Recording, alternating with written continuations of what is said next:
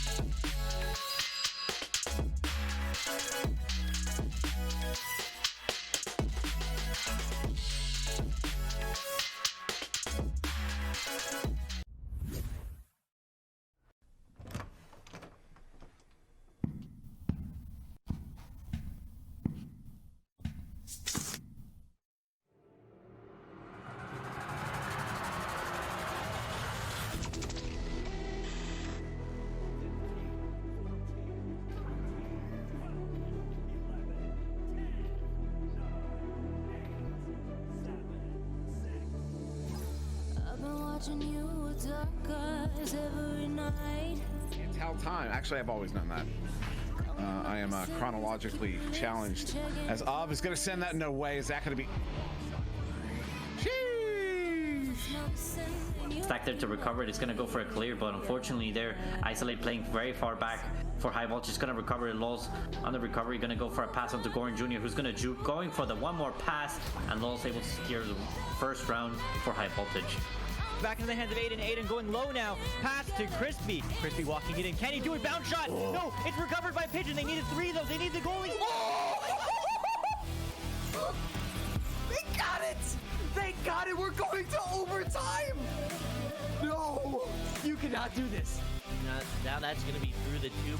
These stacks, the double stacks are there. The shot is going to be stopped. Talk about that defense getting back at the right time, but it's still in the hands of Helmet. Helmet, another save from Howler. Talk about this defense. They're not letting Helmet put any more points on the board. Found to neutral zone. Who's there first? No one. It's eventually going to be Tahada. Tahada, no, gets stolen from his hands. X open 3, but gets stunned. Who's going to be there? Catnip. 3 points. But Cadmon taking an early lead. They are the higher seeded team, I do believe. And definitely maybe showing that 1 rank difference. It's quite large. Careful because there are a lot of converging defenders. Tries to slice it over to the side. A steal from Sendo. Another shot from Sendo. And send in for 3. All the way down to the orange side of the arena. Mamba now slapping it right to his teammate. That was actually a behind the back blind slap. Zach slowing it down, really patient, slapping it down, passing it to Duke. Duke trying to pass across the Caption. Caption back to Duke, and then Duke in the top pocket over the goalie. Really well played off the bat. Synapse coming out strong.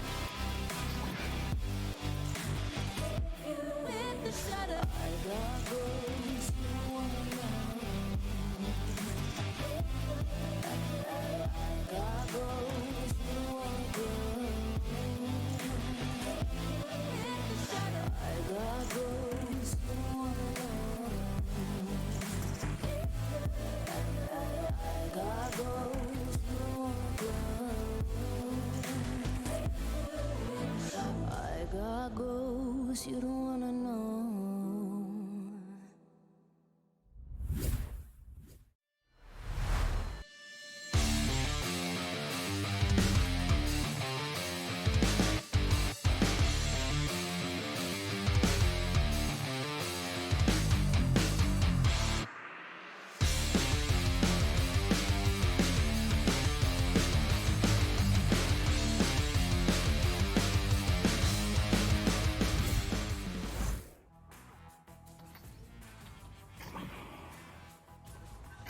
And welcome back, everybody, to a big matchup here as we close out this season 3 here in week 15, week 5 of this 3rd cycle. Yeah, we're gonna have Synapse versus 7, or 7 versus Synapse, depending on how you want to say that. But yeah, I have not been here. This is my first cast this evening. Might actually be my only cast. But I'm SirDimwi. We got DocEducation in the studio with me. We got Luke gonna be running the sideline analysis, masterful as he is at that. Of course. We got Newton Dad running the cameras. Doc, this is a kind of an important game. I mean, playing for placement here, and I think maybe a little bit more important for Synapse, given a victory here can really, really rocket them up that leaderboard. That would be huge. I mean, Synapse definitely has been playing well lately, and but Seven has been playing on fire. And both of these teams, as they go into the finals, you have seeding at play, but you also just have how you're playing, and is your team chemistry really strong? Are you at the peak of your game? And is there anything else that you can squeeze out of your game? So both of these teams will be using this as continued tune-up for that finals. And what's really interesting is if hypothetically, if Synapse were to get the victory here, both of these teams would have tie records. It would come down to the plus minus, and their plus minus is only the difference of about, I think it's only about 10 points. So, I mean, that is, that right there. I mean, hypothetically speaking, if Synapse were to win this game by like 12 points, give or take, I don't know the exact amount, they could actually push up ahead of Seven in winning this game itself, I think. Am I correct? Am I correct on that, Luke? I know you usually have a good handle on these things. I think I'm right on that. You're right on that. I don't know exact numbers, but it's something like that. That sounds right to me. So yeah, just waiting on these two teams to start out. We're gonna have, as we said, Seven will be on the left in orange. Will be Zux, J2Beka, Citizen, and Zune. I'm not sure if that's a league substitute or a roster sub or a recent name change. But on the right here in orange is Synapse with at least, as far as I'm aware, the proper rosters here: Mamba, ZachW, Caption, and Duke. Duke, a recent addition to this roster. Now, we are just a few weeks away. Literally, let's see, a week from tomorrow, we have that third Challenger Cup coming up, and then 2 weeks from tomorrow, we'll be going into that finals double elimination tournament. And on that first day, May 15th, we'll have all 3 channels running. I'm pretty sure all the regions, I think OCE might be actually running on 2 channels. I'll have to go back and double check that. But I know North America and Europe will be running all 3 channels all day on Saturday, except for the final round. That 5th round on that May 15th, that first day of finals, actually 2 channels. And then once we get to that final day, this is actually kind of cool. May 16th, that final day, North America and Europe, all 1 channel. It's all going to be on a single channel. You won't have to worry about hopping around. You can focus on the only game that's going on, the only game that's important at that moment, and follow along. Oceania will be running with 2 channels and then 1 channel after that for the remainder. So it's going to be absolutely fantastic. Make sure you are here for that, but we're going to get started here between Seven and Synapse as we count down the start of round 1. 5 seconds before these teams come out of the gates. Let's see who gets their head on it first and who gets their hand on it first. Getting the head on it first is Synapse. It's into the 7 zone, but it looks like, ZachW will get a hand on it first. Citizen gets a hand on it last, though, and clears it through into Synapse zone. So this one now down near side wall. Good chain there from Synapse. Although that chain from 7 is in the area. Who's going to recover this one? It will be 7. Unbelievable. Zune is going to go for a reset there to J2Beka on the back line. Beka going to send this one in, although nobody in the area. It's going to bounce cleanly off of that wall. And coming out of goal there, I believe that was ZachW getting a slap on it, and Mamba with the clear. So some heavy action very fast right now. Look at that chain flying in. Citizen and back to the back line looks like Zux, but Duke on the back line for Synapse getting the disc. Passing over to the left side, they'll have to make a return, and Mamba will pick it up and clear it through. So Synapse working their way up the field right now. Caption looking to get that one to Zach, but a good read there by Zune. Zune sending that one up to Beka. Beka setting it in. Citizen with an opportunity is going to go inverted and not get that one in. Unfortunately, goes wide, but a good recovery there by J2Beka on the far side. He has 3 players at the edge of the bubble. One backing out there. That is, Zune backing out on the ceiling. Citizen taking up the floor just below Zune, in fact. Kind of playing top and bottom there. Citizen with it. Going to set that one up to Zux as Zux cuts in, takes his own man out, and plants that one in for the 2. That's going to be a first goal of round 1. Going minute 17 in for 7. Amazing control of the disc by J2Beka, just hanging out there, not under any pressure, allowing his team to get into better and better positioning, and then right when the moment was right, making the pass, and from there it was easy. That's the kind of master tier play that you really want to see at this level, and it was masterful. Well, Zach sending that one out. It's going to go all the way down into the bubble, but playing it way back is Zux. Handling that one cleanly, though. Good chain here from Synapse, trying to track it down. They get split up. Baker's going to get there first off of that leech. Loses hand on it, but does get it back. Good recovery there, going up to Zune right as Zune is coming out of that stun. Nice coordination. Zune pulls one Dusty, pulls the Ender on the other. Is going to invert on the ceiling. I want to see something happen after that. No, it's going to be stopped by Caption, but Zux. Good pickup. Zux with the recovery. Now going to back this one out. Look for an opportunity. Sends it in as a goalie is under pressure. Good shot there. They're going to get another one. Incredible movement by Zux, just coming up, being at the right place at the right time, and then the move from shoulder to nest to have a better angle. Instead of going straight off the shoulder, go to the nest first, and then you've got a much wider angle to go one-on-one and finishing. Absolutely beautiful, as now Seven is on their, Synapse is back on their offensive joust. Down by 4 right now, plenty of time with 7 minutes left. Duke sends it over, but Citizen cruising in the waters. He's going to take a shot. No, he's going to hold it. And that was a very bold shot, and Duke was able to stop it.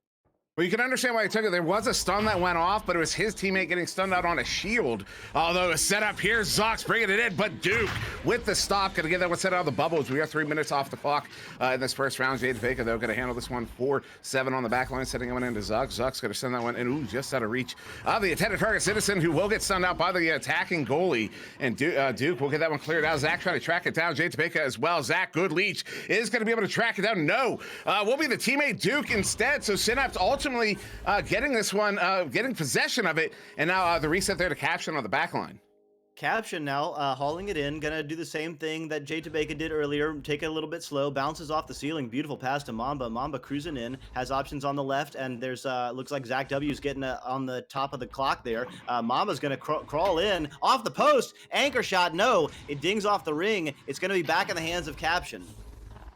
Caption sending there is gonna get it to Zach. Zach taking the shot, another ding. So the next shot should be in, as we all know, third time is always the charm. As Mama is going to send that one up, trying to get it to Zach. Zach could have placed it in, but the pass a little bit high. Citizen with the recovery there. So Citizen going to stop the third chance. So they're not going to get the third time's the charm. Charm, it's going to be Zux instead, turning that one around. We're going to get another 2 points on the board here for 7. They're going to go up by 6. Beautiful clear by Citizen, getting it all the way down the arena, all the way to that flat side, right around that bubble part that pops out of the backboard there, that flat wall where all the tubes are. That's the best place to clear it, and it was just an easy bounce, easy scoop and score from Zux, as now Duke moves it upfield for Synapse. Caption's going to send that one far side to Zach. Zach clearing this one in. Oh, they're going to have the chain together. They do have a chain together, but good move there by Zox. Got to get that one out before the chain can get there. And that was a deep pass to Citizen. Citizen over to Zox. Goal is open. And just like that, they're able to turn another one around, except this one for a 3. And yeah, just like that, I'm repeating myself. I mean, just like that, 7 is repeating themselves, scoring in bunches right now. 20 seconds there, and some absolutely crisp passing to get it all the way through the arena like a knife through hot butter. I know people say it's a hot knife through butter, but who heats a knife and then holds onto it? And why isn't the butter warm? These are the questions. Well, I mean, that's what gloves are for, Doc. Oh, well, the disc is now low and loose, and it's going to be picked up by Jay Tabeka. They've got a 2-on-1 briefly, but scrambling back, so it's going to be a 1-on-1, and dunk it into the pocket. It's Zune. Zune brings that one in for the 2. That almost rhymes. The 4 minutes to go here in this first round. Synapse still scoreless. I would say that, this is quite out of character. I think, at least in my opinion, for this Synapse team, particularly. I mean, when you consider the offensive powerhouse that they are. Really surprised. I'm surprised that Synapse hasn't been able to score, although against the team they're against, I would say I'm not surprised it's against 7, because this team has been absolutely monstrous this season. They're definitely one of the favorites to go up against Joker in the finals. As Citizen, good read there. It's for stuff like that. I mean, it's stuff like that you have to be doing all the time, even if you're up by 11, to survive in this master tier. Yeah, absolutely. And 7, of course, not new players, but a new team. So every week they play together. Every match they play together. They gel more. They get to know their chemistry. They get to know each other. And look at that passing. Oh, but Citizen with the stop. Wow, what a save. That was a big stop there. Clutch as he gets that one cleared out. Those sit-ups. Looks like sit-ups is going to have that chain in the area. The overshooting, no way. Oh, that's just wide. That would have been amazing. Citizen with the recovery. Zach W with a good stop. Going to get that one cleared out as we have 3 minutes to go in this first round. This one is back into the 7 zone. As Synapse going to be able to put some points on the board here finally. Oh, that shot's just going to go wide, bouncing out of the bubble. Now to the far side wall. Picked up there by Jay Tabeka. And a good clear. It's going to get all the way down. Another stack race here. Synapse in the lead, but the 7 stacks just behind them. And a good send away there from that stack from Synapse. Discus now Jay Tabeka in the trap area. What a stop! What a save by Zune. Zooks and stopping it is Duke. There was a big stop there in the goal. Mama now going to recover this one. 2.5 minutes to go here. You know, 7 in a really good position in this first round. Probably going to take it, but I mean, there is still time for Synapse to mount that comeback. But regardless of the comeback, Synapse does need to get some points on the board here. They, you know, they don't want to go scoreless in this first round and then take that into that next round, into that round 2. You really want to get some points on the board, something to start shifting that momentum in your favor. That once you come out of the 2s, oh no, long shot there, dude. Oh wow, that was only an inch off. Wow. Yeah, I mean, coming out of the gates hot, and just a little bit low, but picking it up again, and Citizen with the slam. That's a 13-point lead here for 7. And, you know, a team with the lucky number 7 having the unlucky number 13 here. I don't think they're bothered by it one bit. I actually think the lucky and the unlucky will cancel each other out here, as it's going to be Synapse once again with his just advantage. A minute and a half to go. Looking to get something on the board here, something to break that ice. They really need to get that confidence to carry into that next round, regardless of how they get it. Although that one is just going to turn over. Zuck's handling it here for 7 off of that clear from Zach W. And his own clear, though, is going to turn back over. Mamba with it. And Mamba's just going to chuck that one into the bubble. Though that bounce there sends it right up back to the ceiling. Zach W with the recovery. Zach W down to Duke, who will get that one in for the 2. And they finally get that one on the board there. That's the confidence booster they were needing. Big time. Yeah, I mean, anytime you go around and you go nine minutes without scoring, you know, you start to wonder, is there something wrong with us? You know, are they just on fire on defense? And you know, getting that, breaking that seal, getting those points, it's absolutely huge. As the disc is now into the left tube, it's gonna be right back in the hands of Synapse. No, they go right around it. Oh, and it's too easy. Jay Tabeka. Jay Tabeka gonna get the too easy 2 there. I think I like that. The too easy 2. I like that. I like that. Nate in chat wants to know when finals are. May 15th and May 16th. May 15th and 16th. May 15th and 16th. 7, a team, like I said, one of those teams, a favorite to take. To challenge Joker in the finals. But Synapse, the team, Synapse, it wasn't a Synapse. Didn't Synapse take a game on Joker in one of the finals, or was it Kang? I can't recall, but I remember it was an absolutely massive game. So I mean, don't count Synapse out either, just because taking a loss here this first round. This is a team that could show up in the postseason. But during this intermission, we got Luke to tell us what's going on. Man, to answer your question, Ethereal and Synapse are the only 2 people, as far as I'm aware, to take rounds off of Joker. So definitely excited to see them in the finals. But this game here, man, you talk about being dynamic. You talk about what works, what doesn't. Synapse. They had the same rollout for every single goal. Do you know what 7 did? They did a 1-2-1. They did a 2-1-1. They did a man-on-man defensive rollout. And every single time it worked. The only time they got scored on was because they pushed out of the bubble.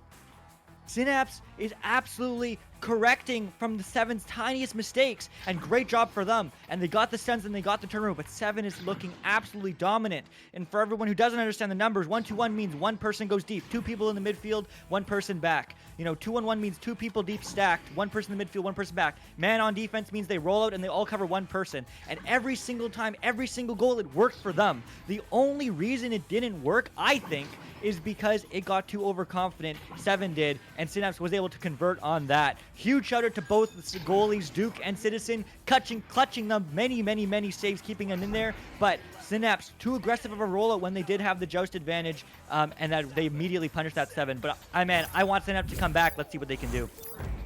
So we are going to get kicked off here in round 2. Both teams out for this neutral joust, and it will be Synapse with that headbutt, but right into the hands of Zune there for 7, and they have the chain ready, though that chain incidentally splits itself up, and look at that, 4-on-0. No hope for the goal, as Zune will bring that one in for the 2. And that's your first goal of round 2, 11 seconds in. Did 7 even go for the joust, or did they just wait and react on that one? It looked like they may have set up on defense, yeah. That's an interesting meta that I see more and more teams using, and I mean it was insane. They got the disc and then immediately a clear, and like you said, Dimwi, there were 3 of them in the bubble before anyone from Synapse could get back. I mean, that's an absolutely electric meta. No, yeah, I've seen it a few times. The ceiling shot there is going to be collected by Zox. Talking about that one make its way in. Oh, nice stuff there, Mamba, though. Citizen recovers nicely, giving a teammate Zune there a boost as they move into the offensive zone. Although maybe a miscommunication, did not see that stack. Somehow gets it back. I don't know how that happens, but Zune now with it, far side Zune. Doing some jukes here, gets away from one defender, pulls out the second. A nice setup there. Citizen to Baka juking too. Sends it down to the floor. Citizen trying to recover, but no, it'll be Duke with the send away. Wow, they are electric right now. They are very well connected. R7 juking along the left, all the passes. They're all cutting, they're spacing, they're positioning. It's amazing right now. And that was an amazing save. Wow, keeping them in the game are the goalies from Synapse, the defense from Synapse. Zuck's passing, and there was no steez on that one. He went straight in. And that's going to be your second goal around 2. 7. Pushing up 4-0 once again, kind of like we saw in that first round. Yeah, Synapse really got to find that footing, find that crack in that 7 defense, because you know it's there. You just got to find it, and it's about execution. Although, you know, that's about as far as my advice could go in this situation. Looking like they're setting up. They were looking for that relay there, but unfortunately that initial pass is not going to take. Duke, though, is going to get it recovered. Now walking this one up through May, going to send it up high there for Mamba, who is on the other side. The chain in the backfield doesn't get together. Jay Tabaka got the boost from it. Zach and Mamba back and forth. Mamba will bring that one in for the changeup of a 2. That's 13 meters a second. They finally have one on the board here in the second round. Really nice work, beautiful passing by Synapse, and an interesting play, because usually, you know, you want to stay anchored, and floating in space is a bad thing. Mamba with the break stop there, and a beautiful pass, and then got the pass back, just kind of hung out right in front of the goal. You can do that, you know, on occasion. You can hang there. It's a different, it doesn't always work, but there it was very effective soon. Ooh. On the other side, sending it in. Jay Tabaka with his arms out, not sure. I think it's just kind of like, well, all right, yeah, I'll take it. I mean, if you can get it in, because that's how I kind of felt about it as well. I was not expecting that goal, but a beautiful shot there to get push 7 up by 4 here. Quick answer to Synapse's 2. So it'll be Synapse here with his jealous advantage. Going to go with that headbutt, tracking that one down. Oh, almost collecting it, but Zox is deep in the bubble. For that Hail Mary, able to cause that interception, but Caption getting it back. They're holding on for a little bit too long. Zune taking the shot, but Zach W covering that lane and recollecting it here for Synapse. Just sharks in the water right now. Everyone just flying in, taking shots, stealing shots, flying in just like Zach W. He's going to take a shot. He's going to make a shot. It's off the head of Citizen, and they're back within 2. There you go. Yeah, the initial headbutt joust did not work out, but they were able to recover on it well enough to get a 2 on the board, so they're back within 2. Synapse is, as a 7. We'll take this joust advantage with the small lead here as we are 4 minutes off of the clock. Oh no, overshooting it as that chain is going to recover here. Zach going to send that one in for the 3. They do hit it.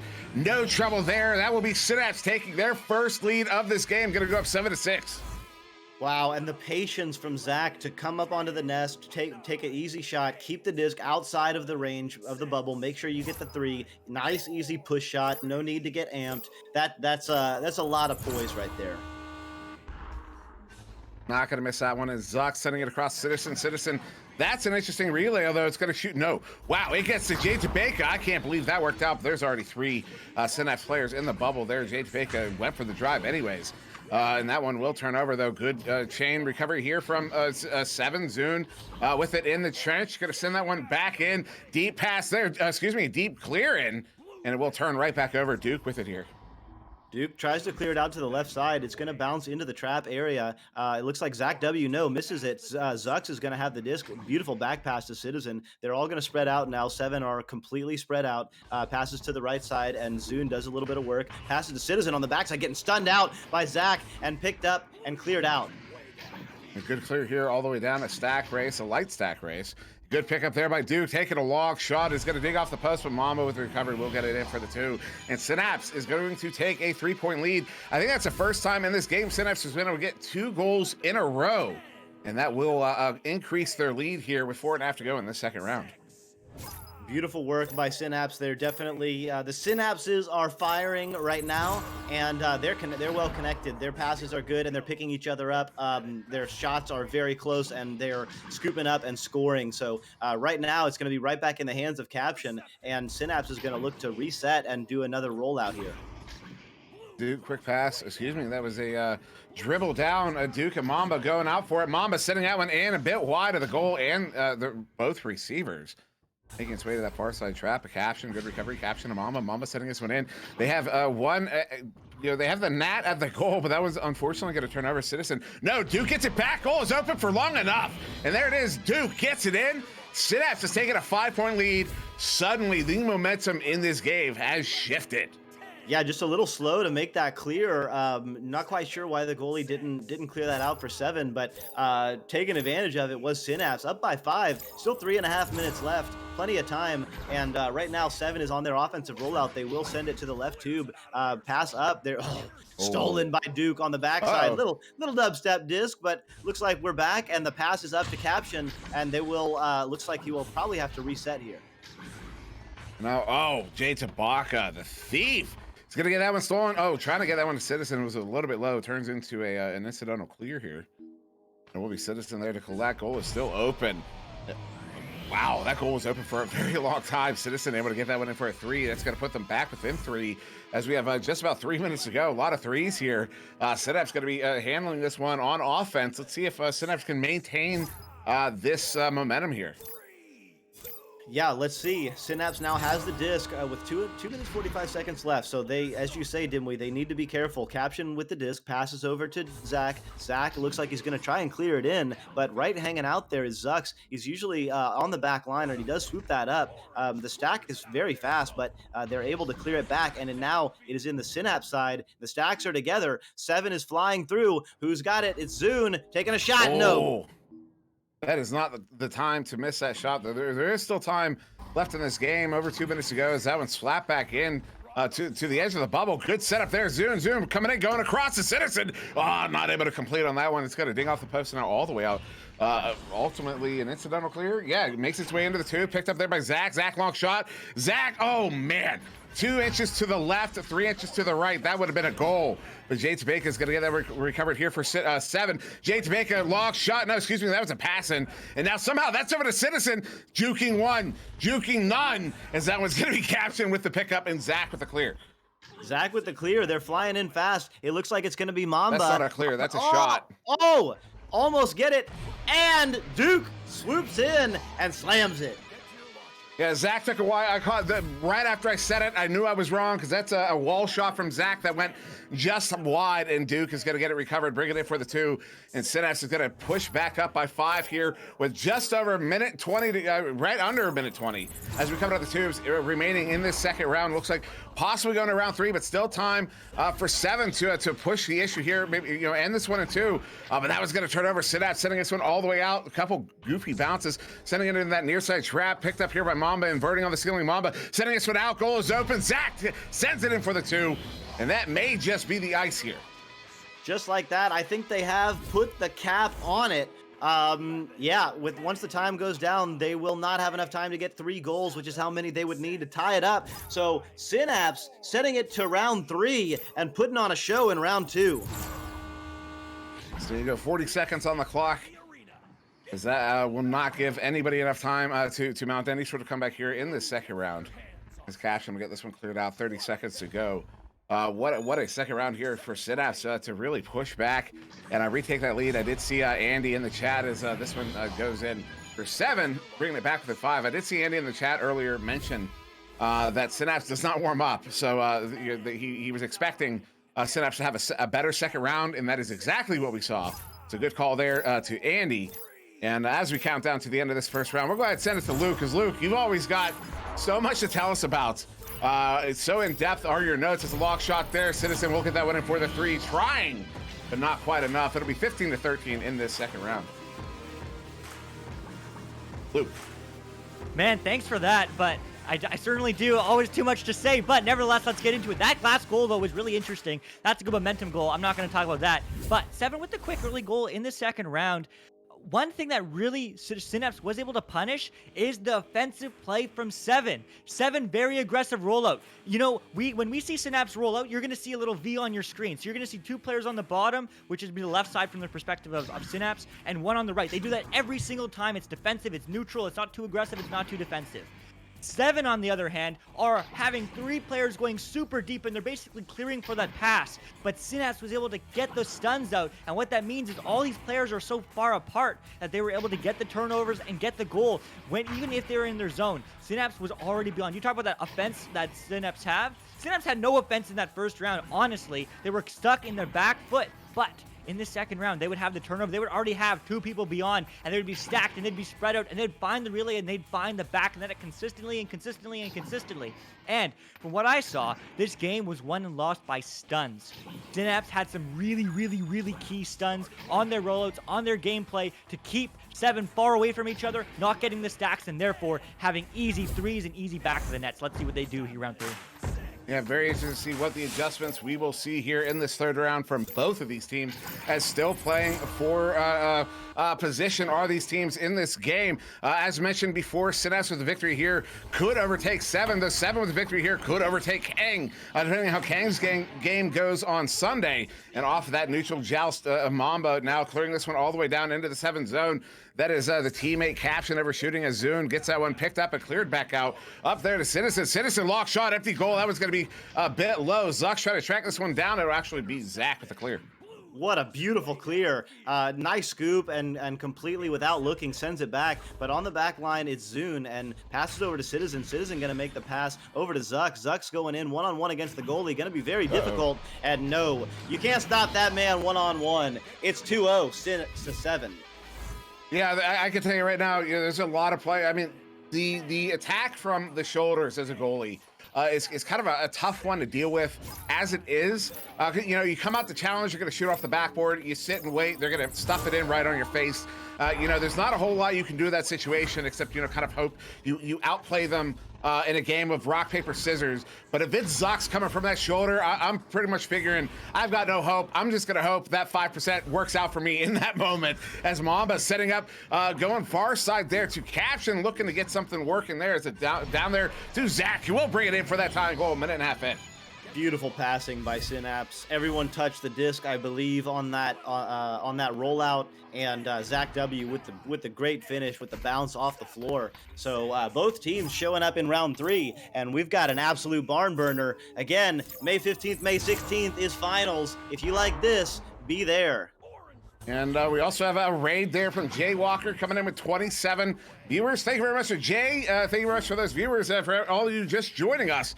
We had 7 that just absolutely dominated round 1. Synapse came back and really dominated the second half of the second round. But 7 had some good looks. But yeah, we're in this third round here. If Synapse wins this game by a big enough margin, they could overtake 7 on the leaderboard. And if 7 wins, they could ultimately overtake Kang, depending on how Kang's game works out on Sunday. So those are the kind of the stakes at play here in these teams' final game of the season here in week 15, week 5 of this third cycle, as we're only 2 weeks away from finals, a week away from that third Challenger Cup. Disc is now in the hands of Zach. Zach gonna take a little pause. Multiple players trying to get out of the clump, but Mamba going, adjusting, and slamming. Synapse has a lead in round 3.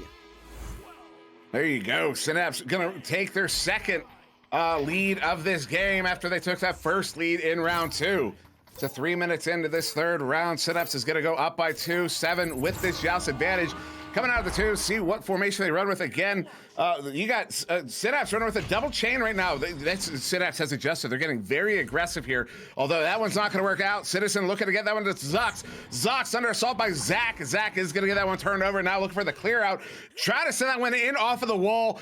You know he was looking for a shot there, but it's clear good enough. It's Caption off of that chain, brings it in for the 3, and that's going to put Synapse up by 5. Nice work. There are certain angles in the arena where, you know, you can take a shot, and if you miss the shot, it's still a great clear, and that was the case there. Caption swooping in, picking it up, and they still get the 3. So, you know, a 3 is a 3, as I'm not sure anyone says, but it's a fact. So, flying in, taking it is Zach, and putting 3 more on the board. They're up by 8. And a quick shout out to Burnsy. Thank you for the gifted tier 1 sub, gifting it to Jaywalker Ball. But yeah, Zach gonna get that one in for the 3. That is now, yeah, an 8-point lead here for Synapse. That is a tall hill to climb for 7, but we still have 6 minutes to go in this 3rd round, and 7 is the kind of team that can absolutely rack up a score on you out of nowhere. Citizen setting this one up to Zune. Zune looking at the 1v2. Jukes 1, sends it in. Very ambitious, as there were passes available on the barrier there, although maybe being a little too nitpicky there on that criticism is Jay Baker looking to track that one down. Not able to grab on it. It's at the ceiling. Mamba's going to get that one to clear it. Mamba clears it through. The stack is together. Zach W and Mamba are right in the area, but so are players from 7. They're all gonna fight for it. It's gonna bounce all the way back to the wedge. It's gonna be handled by Duke, and they'll look to reset their offense. It looks like they don't have an opportunity. Oh, was that a pass off the double diamond? That was insane. And coming in, flying back. Finishing it was Mamba.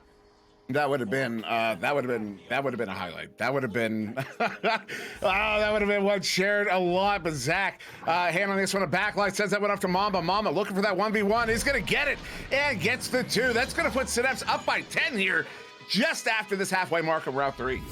Synapse is really rolling right now. I mean, they have complete command of the disc when it is on their offensive side. And I mean, Duke making some incredible stops on the backside. He's got 8 saves, but Zach W has 3, and Mamba and Caption each have 1. So we're talking about 13 saves all game. That is a lot of points saved. And right now, 7 is going to be on their offensive rollout. Down 10, they really have to start pressuring, and that's not going to do it. Back in the hands of Caption, he clears it through. And I gotta say, Rock's in the chat asking if 7 taking a loss here affects standings. It absolutely does. Synapse is gonna shoot pretty far up the ladder. The master tier ranking as well. If that margin is big enough, they could even overtake 7 with a victory here. As Zune walking this one into the bubble, has a long time to take this 1v1, ends up in a 1v2 and still gets it for the 2. And that's going to put them back with an 8 here. Is that enough to start that momentum shift? Is there enough time for them to mount that comeback? Yeah, and like you say, Dimwi, it's not just the win, but the points that matter. So Synapse, they gave up 5 points in the last few seconds of round 2, and that narrows their lead, even if they do win the game in that MMR race, as you say. So Synapse needs to keep putting on the pressure and pouring on the points in order to win this game and in order to get that MMR boost that they need. Now Zach, far side, they've got 4 on the bubble here, and instead going to start running that clock a little bit. They had a big opportunity there. They were looking at a 4v1, and instead they're gonna run that clock. Hopefully this doesn't come back to bite them, because they had sure points. And that one will turn over. Citizen with the pickup. Citizen walking. He waited for the chain. They've got the chain down there. Are they gonna be able to convert on this? Oh, not quite. Caption's gonna get that one picked up, scooping it out, and another scoop out there at mid and right in the hands of Mamba. Mamba's gonna chuck this one in. It takes a bounce there. Is it gonna be favorable? Oh, it's off of a head. Zach gets a hand on it. Capture with a hand on it, and he's going to go for the reset. I think that was good, and I think the players from Synapse were just allowing it to come through, and that allowed the defensive player to come in and make the stop. But I think that shot was good. Now back in the hands of Mamba. Mamba passing over to the right side. Caption passing to the top. Zach W going for an open goal. No. Hit the 3. They're up by 11 with 2.5 minutes left. Yeah, oh no, you can't give away an open goal like that this late in the game with that kind of Oh, that is punishing. That one hurts right there. You can feel the weight of that goal. As we've got 2 minutes and 20 seconds to go here in this third round, it is now an 11-point spread. There still is time, and 7 is capable of doing it. Are they going to be able to do it here? Citizen sending this one in. It's going to be the hands of Zoon. Oh, no. That is heartbreaking as that one's going to bounce to the other side wall. Now down into the hands of Zox. Zox looking for a cross pass. Goes to Citizen. Excuse me, Zoon. Zoon going to Citizen. Citizen. They're looking at all 4. No, one of those defensive, 2 of them. Wow, Citizen just gets the walk, and he's going to get in for the 2. They're back with a 9. What awareness of the arena to be looking for a teammate and passing and doing pump fakes to move the entire defense out of your way and then just slam it into the bottom pocket almost without looking. I mean, that man knows the arena. Yeah, no, that was a fantastic setup. There's a 9-point difference here. Synapse with the joust advantage here, although playing a little monkey in the middle. Let's see, it shook up for a moment, but they maintain possession. Zach going to go for a ceiling shot here at the empty goal. Is that going to be on? No, it's going to be wide, and now into the hands of Citizen. Minute 20, just under a minute 20, although that clears in the hands of Zach. Zach looking at the empty goal, take a shot. That was going to ding, and off of the post. It's far side. Minute 10 here. We're still not out of time as 7 is turning it around. 7 is turning it around. They're sending it through. It does take a funny bounce off the Geo, back in the hands of Citizen. Citizen dumps it low. It's going to have an opportunity. The stack is not together, though. There's going to be a fight for it. Duke clears it out, and it looks like it will be a beautiful clear. Yeah, that one right there might just be about to do it. As Synapse is trying to get there. No, it's going to be 7 getting there first. Zoon sending us one out. 42 seconds on the clock in this 9-point game. That's a minimum of 3 goals. I do believe we are out of time as we are going to look at an ice there. No, it's going to go just wide. Tracking it down as Caption. Caption is going to get that one for the 3. That will be the ice in this one, as we're only going to have about 10 to 15 seconds on the clock coming out of the tubes. So Synapse will take this game in 3, and we're gonna have to look, and we're gonna have to wait for the points to get entered to see how exactly it's gonna affect standings, because we could see a big swing here from Synapse, for Synapse from this game. I mean, no matter what, they have showed up, and they have showed up strong. They are going to feel really good flying in, but flying in, oh!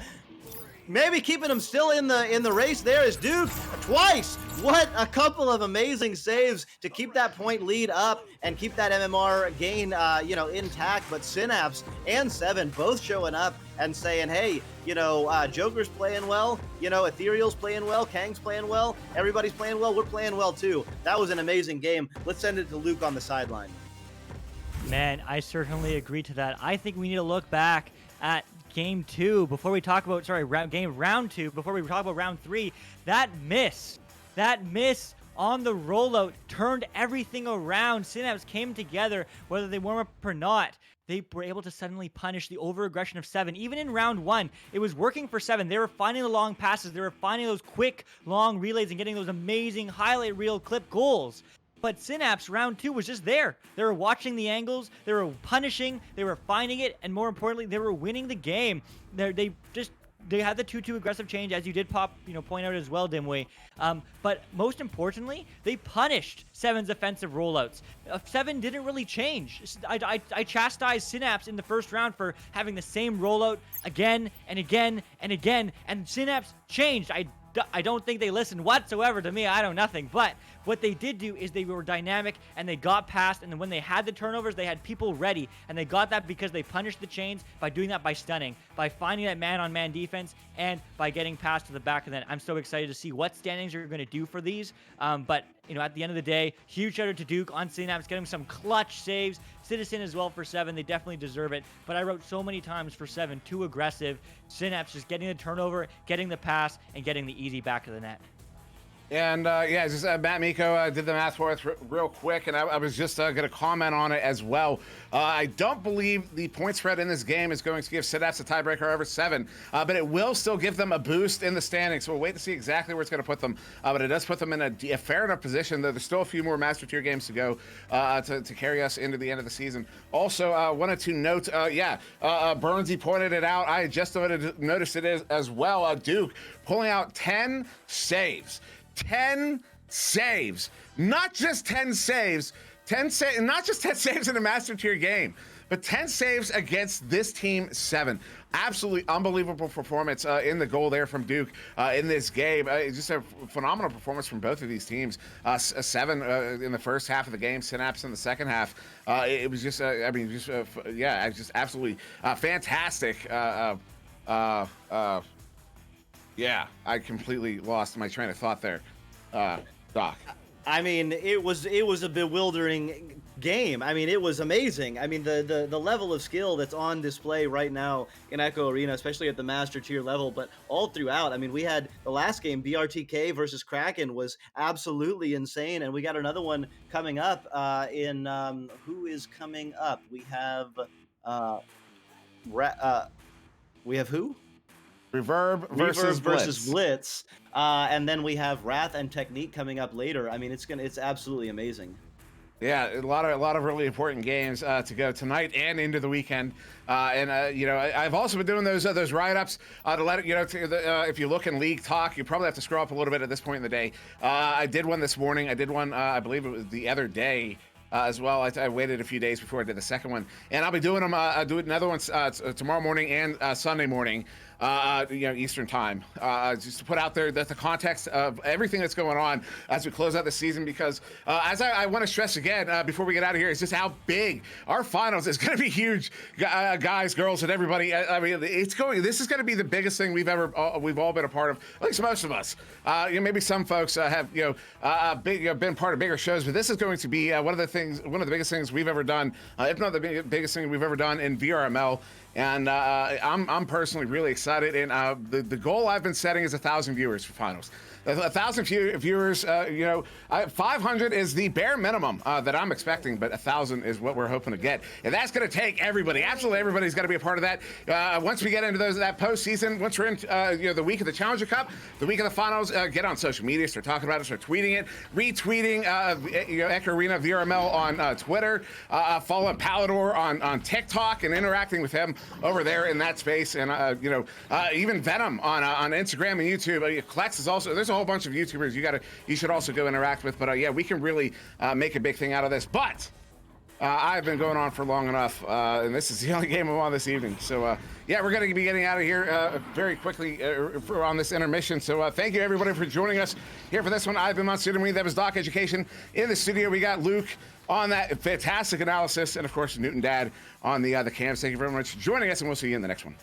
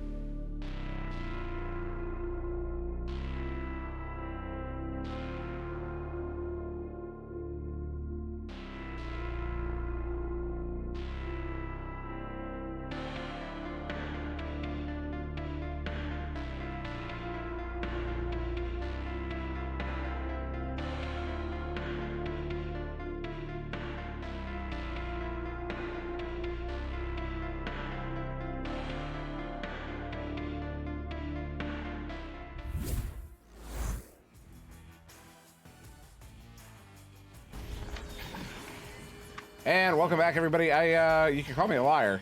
I did say I was just going to be doing fun there, but no, I'm going to be actually doing 2 in a row here, and this time I'm going to be co-casting with Luke, still a Newton dad on the cams, as Doc is going to be taking a break here before that next one. Luke, these two teams had fantastic seasons between the two of them, and now facing off here in this final week, looking to get that final position, those bragging rights, and that's something to that metric that you can use, at the end of the season to kind of measure yourself against.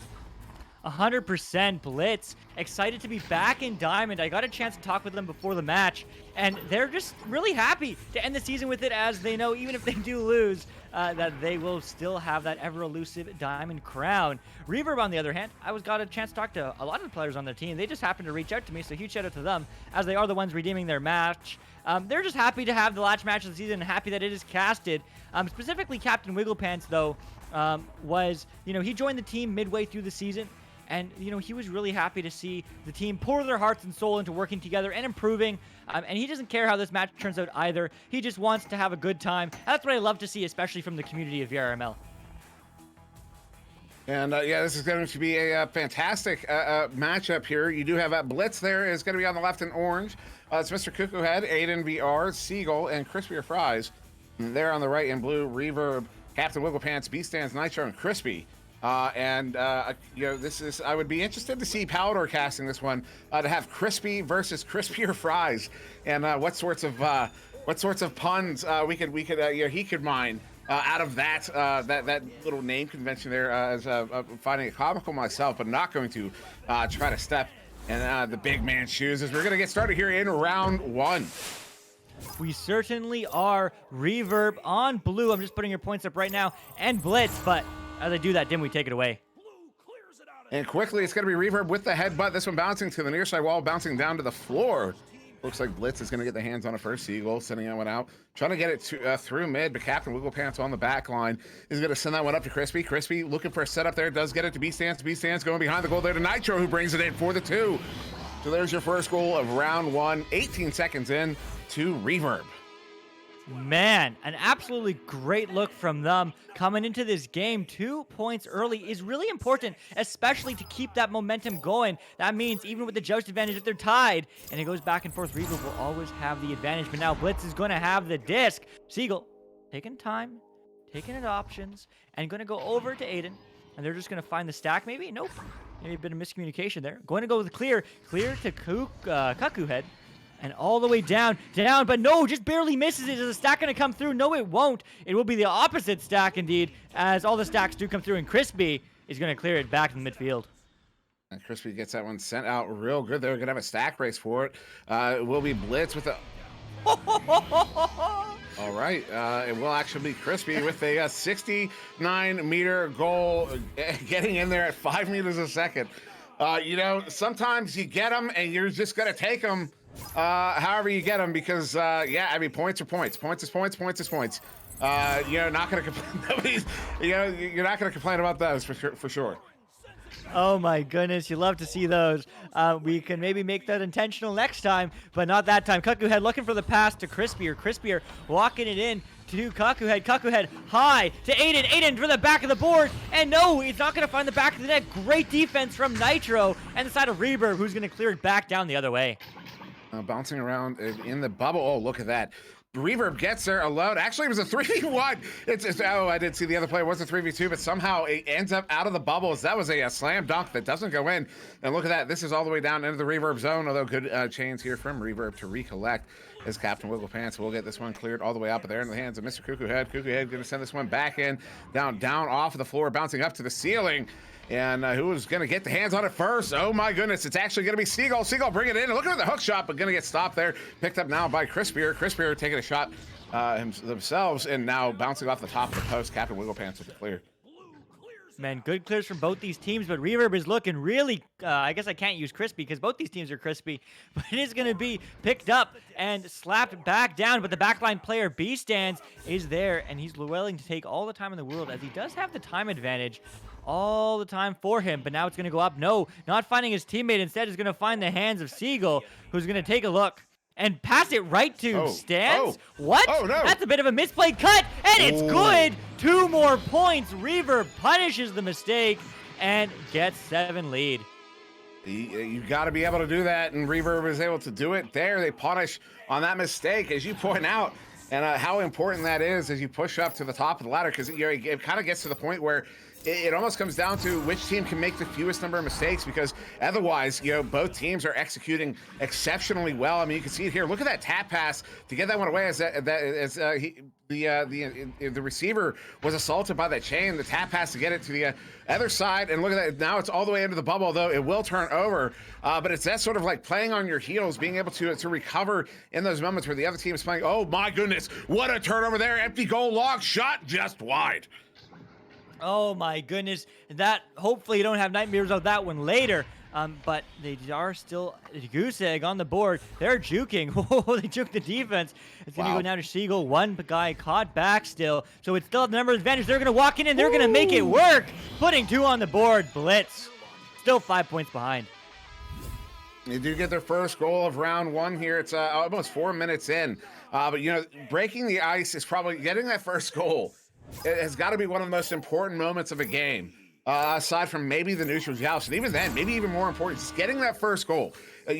For getting the other team to bleed a little bit. Realize they're as mortal as you are. That it's one of those things. It's kind of hard. It's kind of easy to fall into that mindset where you feel so vulnerable. You ignore the fact that the other team feels just as vulnerable. And when you feel like the other team is exploiting your vulnerabilities, you could be doing the same thing as this one is going to turn over here in the bubble for a blitz, and a good slap away there from Crispier Fries.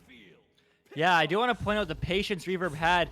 They're taking as much time as possible moving this disc. They're not pressuring, they're not moving until they are pressured. And that was also when they did get the joust advantage as well. But now Siegel is going to pick it up, shoot it downfield. Is the stacks going to be there? The stacks are coming through. Actually, they just broke up, unfortunately. It's going to be a bit of a leech, but that's going to be a bounce shot. But no, it's not going to find the back of the net. Siegel, though, will, putting 3 more points on the board. It's a 2-point game. Oh, I was muted. My reaction, I was yelling. That was a beautiful shot there from Siegel. 9 meters out from that steep angle. I mean, absolutely beautiful. And that's going to put, I was talking about how important that first goal is. And just like that, they're within 2 here. We still have 4.5 minutes to go in this first round. That one is going to bounce around. There's, a turnover there. Once again, Aiden VR going to get this one, trying to get it cleared out. Nitro almost collecting it. It will ultimately be B stands here, far side. Trap under pressure by Crispier Fries. Going to opt to reset there to the deep backline. Captain Wigglepants going to play some monkey in the middle with Crispier. B stand sitting at near side. Oh, hits the wall in the trap. There's a very that wall there can really get in the way. Nice shield there from Crispier. Try to set it out, but Captain Wigglepants here with it on the shallow backline. Shallow Wigglepants to Crispy to the post. Oh my goodness, that's not what you want to see, as Reverb is going to not get the turnover. Blitz will, and they're going to try to pass it upfield. No, that's just a clear. Maybe that's to try a bit of a bump shot, but it doesn't matter, as they're going to follow up and get that long 3. The stacks aren't there. They're going to take the lead. 8-7 Blitz. What a shot. That's 2 in a row here from Blitz. They are operating on all cylinders. Look at that. I mean, absolutely phenomenal. Those are 2 deep 3s that puts Blitz up by 1 now with 3:20 on the clock. Going to be just under 3:20 as we come out of the tubes. And Reverb now with a 1-point deficit now for the first time in this game, not with a lead. And was that 8 unanswered points here from Blitz? Is that what just happened? Yes, sir. That is unbelievable. Blitz is just kicked off here, is really pounding away at Reverb. Captain trying to track this one down. Wigglepants not able to get there. It will be Aiden picking it up. Aiden sending this one into the bubble. Got to careen around the backside and turn back over. B stands with it, although mishandles it. Oh, that one almost going in. Yeah, it's great to see this Diamond matchup, by the way. That's what Diamond is, AB Chew. This is Diamond. Yeah, everyone says that. Cool. But it is going Nitro. Nitro wanting to get that lead back. But that clear is not going to help. But the stack is there, the miss. And are they going to punish? They're going to go for the bounce shot. But no, it's not going to find the back of the net. But the backline player will maybe. No headbutt, as it is going to bounce one against out of the bubble. And Siegel is going to toss it down in the midfield. That one now staying around the mid. No, actually, you're going to careen in. Captain Wigglepants got to get there first, but immediately under pressure. Good trying to get the pass across, but it will turn over. Mr. Cuckoo Head with a good recovery at mid, trying to send that one in, but it's off the Nacho. Nacho with the pickup, gonna get it out off of the wall into that near side tube. Aiden sending it in now, back in here for a blitz into the reverb zone. Although all of reverb in the bubble. V-Sand's got Cuckoo Head stunned out. But no, Seagull with the pickup, trying to recover there, but that one off the backboard with the goalie in goal. Goalie is going to get a good stop there. That was Wiggle Pants with the stop. Now B-Stand's with the recovery. B-Stand going to get this one cleared all the way out. I see the stack, though, coming in for blitz and a good... You see what Crispy or Fries did there? I don't know if it was intentional. I'm going to assume it was. As they were coming in with that stack, they chose to headbutt off of the bow tie to redirect, to get to the disc, and that's what's going to result from it. Crispy or Fries gets that one in for the 2, and Blitz is up by 3. Man, you love to see those plays. Blitz is turning it up as they do have 3-point advantage now coming into the last minute of this game. Reverb need to respond. Let's see what they can do. So yeah, a minute to go here, down by 3. Wiggle Pants quickly up to Crispy. Crispy now sending us one in deep. Oh, just out of reach of B-Stands. B-Stands trying to recover.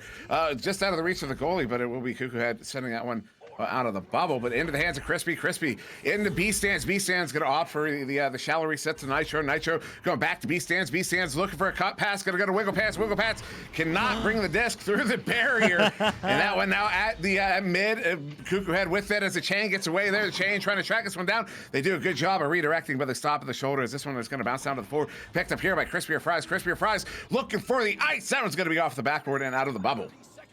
Out of the bubble, but it's not out of the woods yet. They still have time to score. Both teams do, but Cuckoo Head going high, but not finding any teammates. Now Aiden going low, getting stunned immediately. Crispy gets this clear. That's a good clear. That's a good stack. Do they find it? They need a 3 though. Get out. Take a shot.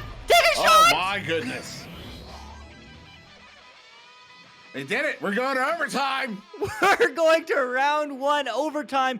Huge shout out to the Blitz team getting those stuns behind the scenes on Reverb so that rotations were so slow. But OT round 1, 10-10. Here we go. We got sudden death overtime, 2 minutes on the clock. Of course, the clock doesn't matter. All the clock means is if nobody scores in the amount of time, we're just going to reset to another neutral joust. So the next team that scores will win the first round as both teams are out here for this neutral joust. Both teams coming out flying. It will be a headbutt here from Reverb, though turning it over in the hands of Aiden. Yeah, I believe it was Aiden also getting that. I believe it was Reverb at the start of the round who got the headbutt, and Aiden who got the hand on it first. Now Seagull with it. Seagull setting that one across, trying to get it to Mr. Cuckoo Head, but it was just a bit low. And now back up, Seagull with the clear into the hands of Cuckoo Head. Cuckoo Head setting up it across, but just out of reach of Crispy or Fries.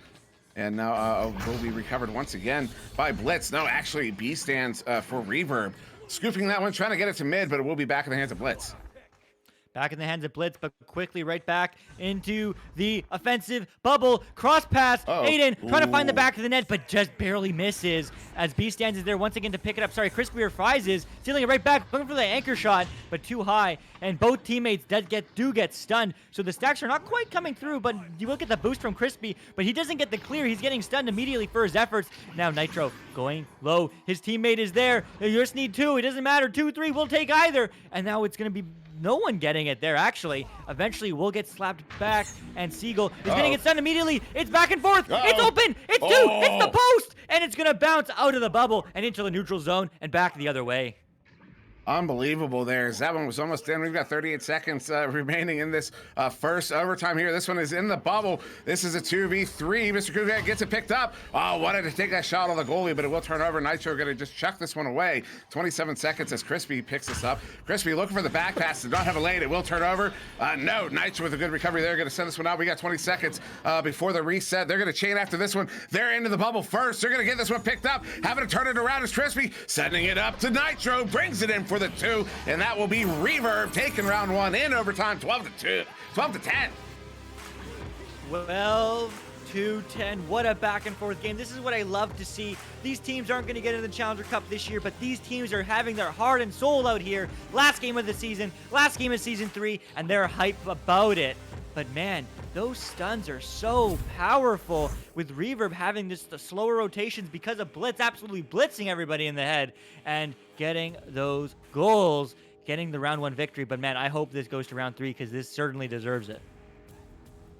Yeah, this is definitely one of those games. Although I gotta point out, Seagull and Crispy Fries there for Blitz, both pulling out 3 saves apiece, absolutely massive. Over there on a Reverb, just for comparison, Wiggle Pants with 2 and Crispy and B-Stams with 1 apiece. Just so you how adept Seagull and Crispy Fries have been both in the bubble there in goal. And I just remind everybody, of course, we are at the end of this season. As some have been saying lately, a long, what has felt like a long season has been quite long. We've been saying, excuse me, week 15. It's actually week 17 if you take into account those off weeks we took. So 17 weeks we've been going here since January 5th, almost a full 5 months as we close out this season. Just 2 more days after today, and then we go into that postseason. A week from tomorrow, we'll have the Challenger Cup. 2 weeks, a week after that, 2 weeks after from tomorrow, we have the finals. Very excited to close this one out as these 2 teams are now out here on this neutral joust. The headbutt there from Reverb for the first time. Are they getting their hands on it first? No, Aiden once again is the first with the hands. Yeah, he's consistently there, consistently ready to go, but Crispy Fries doesn't get this clear all the way through, but no one's able to recover it yet. The stacks aren't coming through yet either, but the defensive ones will, and they're just going to take a look and maybe slow down this gameplay. No, they're going for the clear instead. Actually, that's a pass. Going for the reset all the way back to the goalie, Captain Window Pants, on the back line.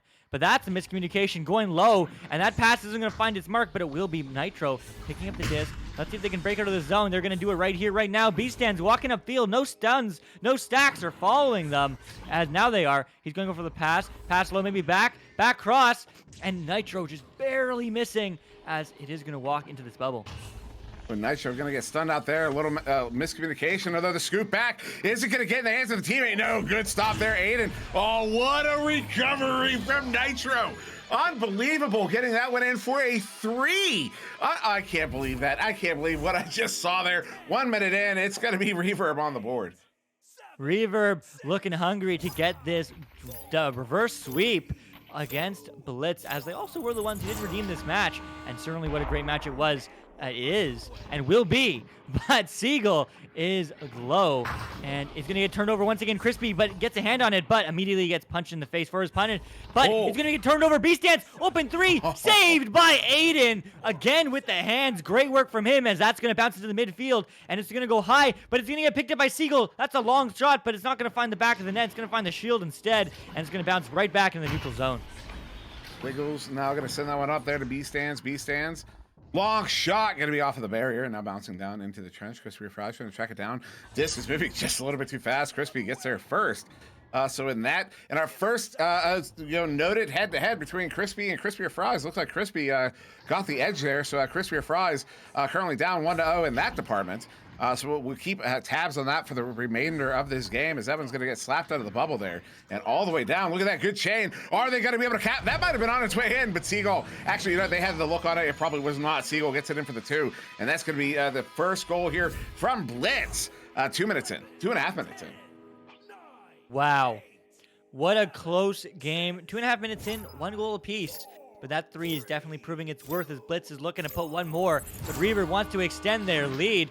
Here they go, Wiggle Pants just waiting. Again, playing this patient game. They have the lead. They don't need to move. They need to get pressured before they'll do anything, and that they do exactly. Time and time again, as BCNs is going to once again repeat the process, getting pressured now. Now he'll pass it, but maybe waiting too long, as it is going to be bouncing around, but now will get picked up. And Crispy, once again on the back line, just waiting. But that going for that pass, bouncing off the bottom of the Geo there. But just back and forth, biding their time. But that's going to be a turnover. Crispy Fries gets that head bounce, but it gets picked up. And finally, it gets cleared out. Yeah, this one now down to the Blitz zone. That was very close there. Well, it ultimately does turn over anyways. Cuckoo had trying to send that one in, gets just a self pass there. Going to send that one up. Trying to get it to Crispier, but it was just out of reach and now into the bubble. And Wiggle Pants will get that one sent out. Picked up here by Crispy. Crispy looking for the clear. He inverts, but will be Aiden picking it up there right at mid with just under 6.5 to go in this second round. Aiden is going to walk this one up. Has some room, going to duck 1. Oh no, it's Crispy Fries not able to get the grab on that one. It will turn over. Crispy with the far side with the clear. Man, really back and forth game here in this round 2. Both teams are slowing down the tempo, slowing down the pace.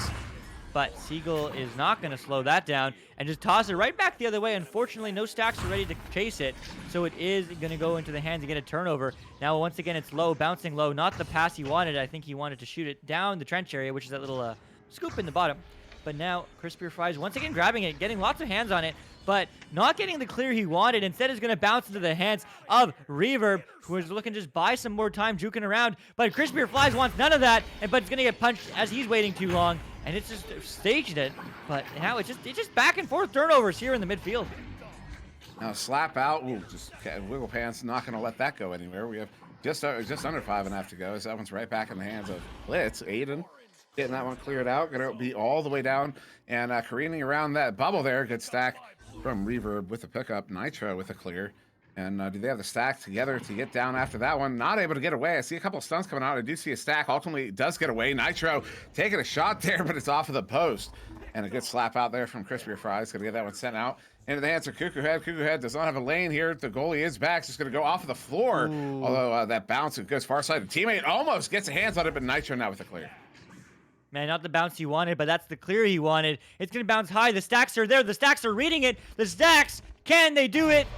They will find the back of the net, taking this lead to 3 for Reverb, 5-2. There you go. That's going to put them up by 3 here as we do get a timeout suddenly. Did not notice anything in particular.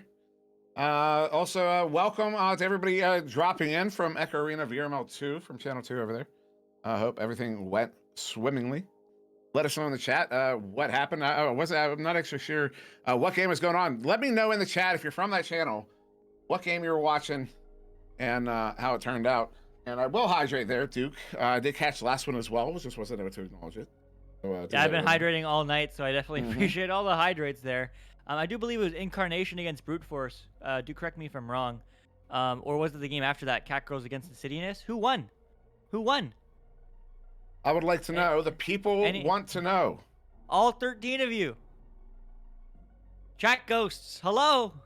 Hello. Insidious won. Okay. Insidious all won. Right. Okay. Thank you. That's actually crazy because they were the underdog.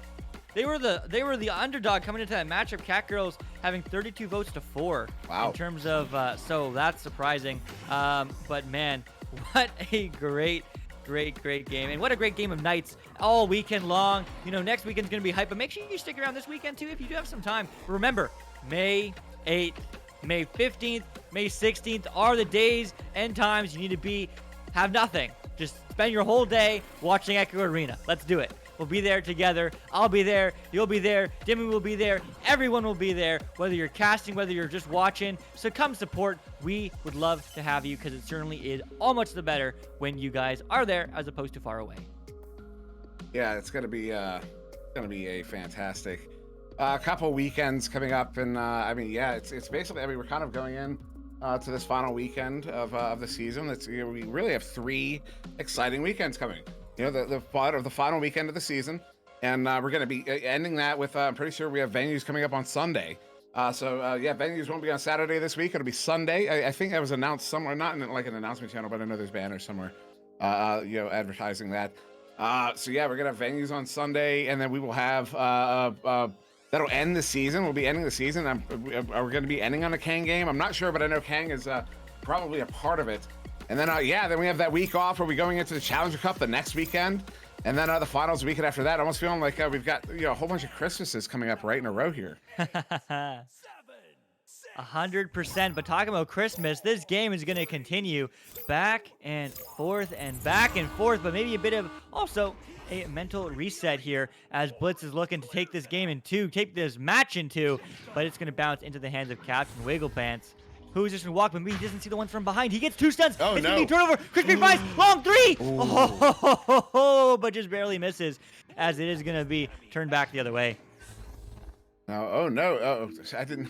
I didn't see him either. I didn't see him either. I had no idea Wigglepants was in the. I thought that was. I thought we had a Kang moment. As I should not have said that. Crispy is going to get sent out. This one's sent in. Going to bounce off of the nest. Oh, the slap there. The tap from Crispy Fries. Not able to capitalize on it. He stands looking to get the clear out. Does get this out. It will be Aiden, though, collecting it. Back in the hands of Crispy Fries. Open goal. The shot there, not going to go in. That is unfortunate. They really needed those points in this moment, as we just have about 3.5 minutes to go as Crispy gets this one cleared.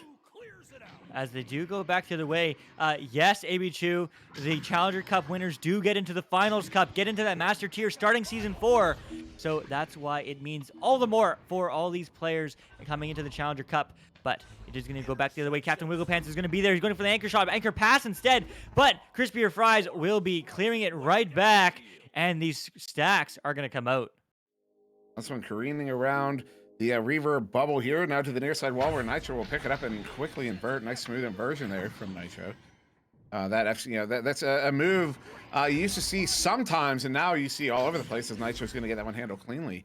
I really like seeing it because it kind of shows you how that individual meta. There's like the team level meta that spread like wildfire when all the quest users showed up. But that individual meta takes a little bit longer because it's those individual skills, the things you have to practice in your free time, on your own outside of team practice and scrims and all that. It's the sort of thing you have to do on your own. So it takes a little bit longer for that to kind of spread around. But seeing how well moves like that have spread, that and the way people have been using anchor shots, like right there, as I'm saying it, Aiden uses an anchor to clear. That's the kind of stuff I'm talking about. Certainly is, and it might pay off for him right now. He gets the block off the ender as Crispier Flies is going to walk in. It's going to have the defensive rotations, but so is his team. Going for the back pass, I think, or maybe even a pocket shot, but unfortunately he's going to hit the post. But it's not out of the woods yet, as Blitz does pick it up, but they do get stunned for their efforts, and B-Stance is going to slap it downfield. And the reset, the recovery, the steal. Crispier Fries is standing on their hypothetical head as they are going to get the clear, and the stacks are going to come through, but it will get picked up by Nitro. But turnover, do they find it? No, it's going to get tossed and walked out of the bubble now. Yeah, that was off of the teammate's head in the bubble. That is a heartbreaker. It's that clear.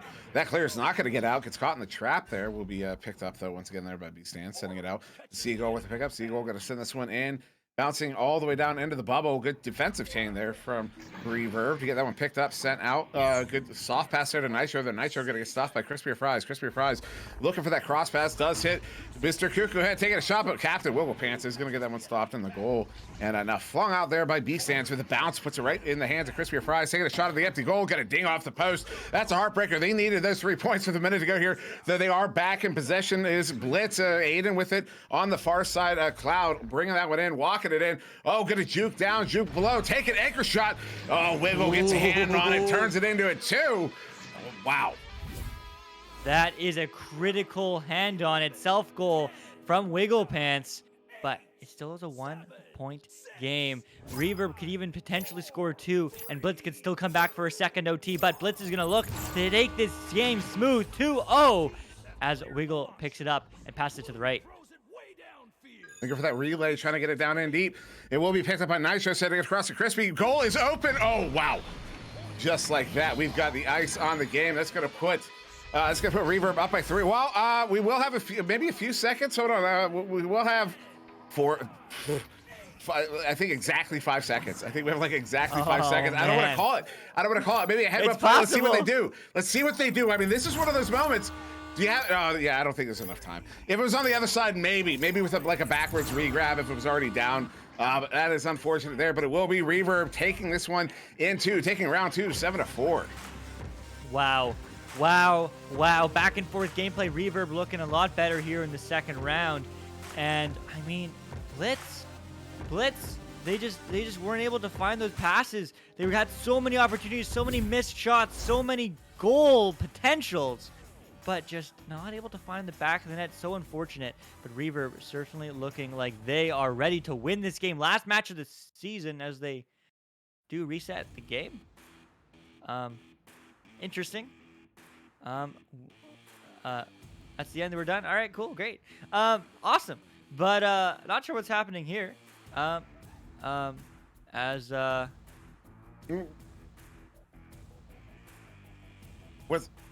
Reverb won the game. Oh, I'm so dumb. Oh my goodness. Oh my goodness. They won round 1, 12-10. Round 2, 7-4. I forgot they came back. But it's all right. They did come back. was a good game for Reaver. But you know what I really want to point out right now? Look at the save column on Reaver, on the side of Reaver. Actually, look at the save column on both sides, but in particular, the side of Reaver over there. Look at that. 4 to B stance, 5 to Wiggle Pants, 2 to Crispy, 2 to Nitro. That is an insane number of saves for one team. And if it wasn't for that save column, I'd be talking about the Blitz save column with 4 saves to Aiden, 4 for Crispy, and 3 for Seagull. Another insane number of saves. Also, look, 5 steals to Crispy or Fries. That is notable. How high those stats are, particularly after 2 rounds.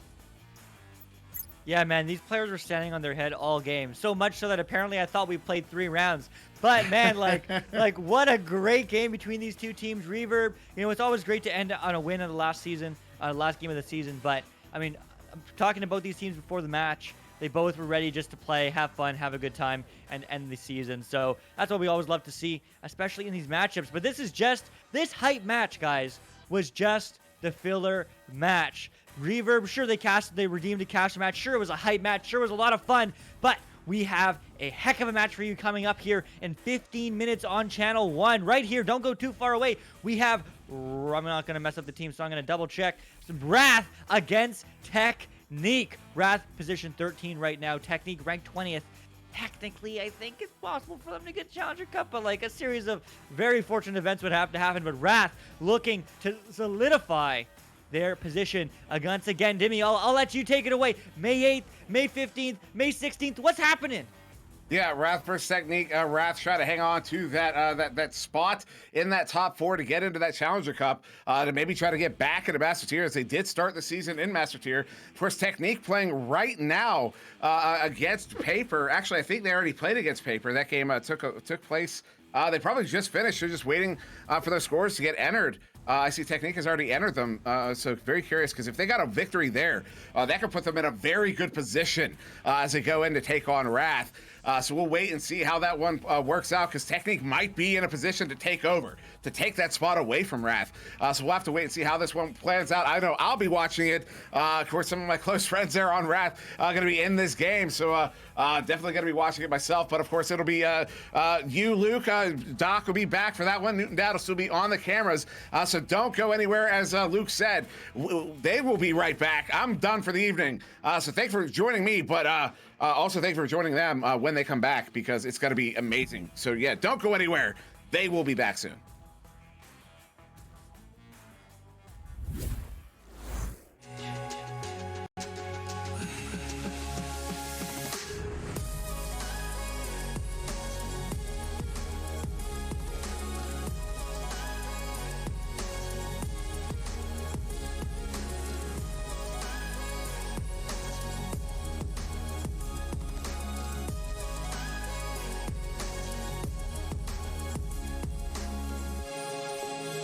VRware. Our passion is for the future.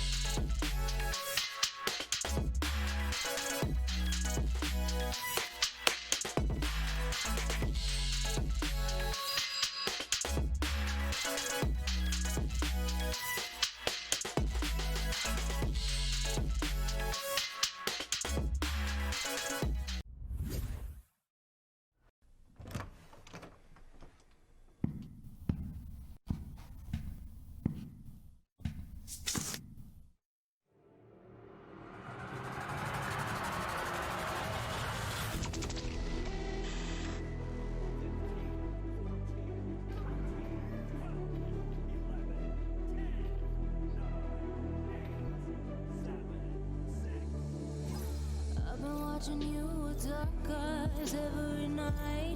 Can't tell time. Actually, I've always known that. I am chronologically challenged, as Ob is going to send that no way. Is that going to be... Stack there to recover it. It's going to go for a clear, but unfortunately there, Isolate playing very far back for High Voltage. Is going to recover it. Lulz on the recovery, going to go for a pass onto Goran Jr., who's going to juke, going for the one more pass, and Lulz able to secure the first round for High Voltage. Back into the hands of Aiden. Aiden going low now. Pass to Crispy. Crispy walking it in. Can he do it? Bounce shot. No, it's recovered by Pigeon. They needed 3 though. They need the goalie. Oh!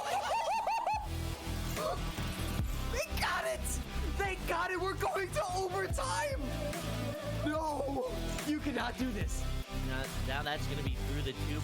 These stacks, the double stacks are there. The shot is going to be stopped. Talk about that defense getting back at the right time, but it's still in the hands of Helmet. Helmet, another save from Howler. Talk about this defense. They're not letting Helmet put any more points on the board. Found to neutral zone. Who's there first? No one. It's eventually going to be Tahada. Tahada, no, gets stolen from his hands. X open 3, but gets stunned. Who's going to be their Catnip? Catnip! 3 points. But Catmon taking an early lead. They are the higher seeded team, I do believe. And definitely maybe showing that 1 rank difference. It's quite large. Careful because there are a lot of converging defenders. Tries to slice it over to the side. A steal from Sendo. Another shot from Sendo. And send in for 3. All the way down to the orange side of the arena. Mamba now slapping it right to his teammate. That was actually behind the back blind slap. Zach slowing it down, really patient, slapping it down, passing it to Duke. Duke trying to pass across the Caption. Caption back to Duke, and then Duke in the top pocket over the goalie. Really well played off the bat. Synapse coming out strong.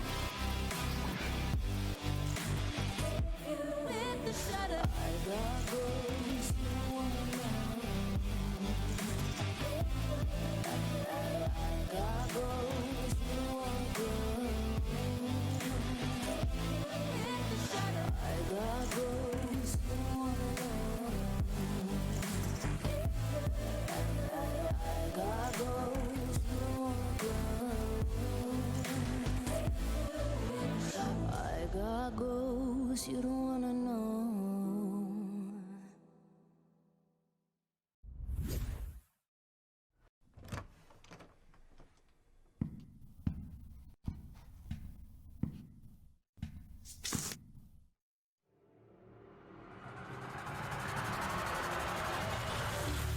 Lost track of time, don't know how to feel, but I'm not sorry. I'm lost in your eyes, are you even real? But don't you worry, I'm not looking for the one, no, Aurora, but Anomaly instead right there. That Shane. Oh man, we cannot stop talking about it and just how fast it is. Now, this one picked up by Acorn and with a little over the head. Moments that a turnover happens and Seven's been able to turn those around and convert them into points. Oh no, another one. Citizen lock shot. Unbelievable. They're up by 9. Wow. And says Jaywalker getting in the offense, well, almost, but instead picked off, and that's another clear, and that's another goal, and guess who? Not clear. He might get to take it in. It is a 2-on-1, looking for that pass across to Tipu. Tipu now with the disc. That defender got baited out, and a shot there from Tipu. Yeah, heck with it now on the back line. 2.5 minutes to go in the second round. Paper looking to end this one in 2. Oh, they're still tied. Setup, what a setup. No! Bartstar denying it as it's going to bounce into the midfield. Bushibo now with the disc. Bushibo over. Woo! What? Players and now slapped down. It looks like it will be Palace to collect this one. Palace going through the cross to the law, he puts it in. A great save there by Chris Custom, able to pick it up and clear it back down the field. It is now loose. I won't give it all away, 'cause I don't think I'll stay. No, I can't be the only one who doesn't wanna follow.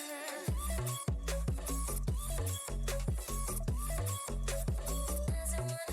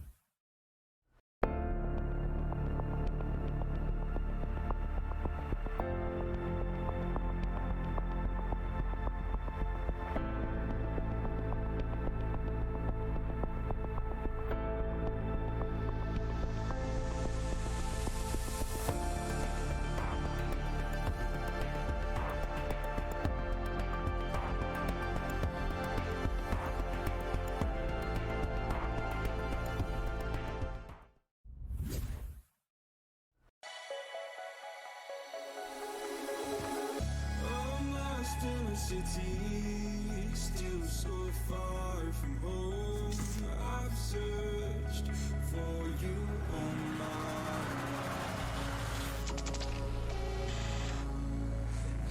Cast out like a shadow, racing towards the light. I pray to see you one more time. Get this explosive Joker offense, getting the stop is Swag War, so we'll deny that opening start, and they'll get the boost down court. They will be at ceiling, they'll find possession, and they'll take this shot in the law, putting 3 of nice quick passes here, sending it up to the top. Lovely pass there, passing it back. Legit now holding it. Stuns there, lovely stun. Or sending that one cross, gonna be ahead of its target, but pursuing it will be Team Gravity. Viatrex now down to the floor. Does this angle exist? And it does. That pass to Lowriders. Savage Joes has improved over their current games. The stacks are out. Both stacks are getting really close as blue team flubs their matches. Average Joes puts it in for 2. Taco Pig not taking any time. A lot of stuns coming through now. The floor will be picked up and set back towards that bubble, looking above the goal, and the slap from Acorn will finish that one off. Getting the grab on that will be Ghost Duck and trying to get that dribble through mid. It will be picked up by Ryruff. Ryruff sending that pass forward. This is a chance. And Ghost Duck, but the save denying that. It's shut down by this defense. This defense is going to find that clear through. Now they're on offense. Now they're going to take this shot. And Ollie, we talk about Ollie, and Ollie does it right around.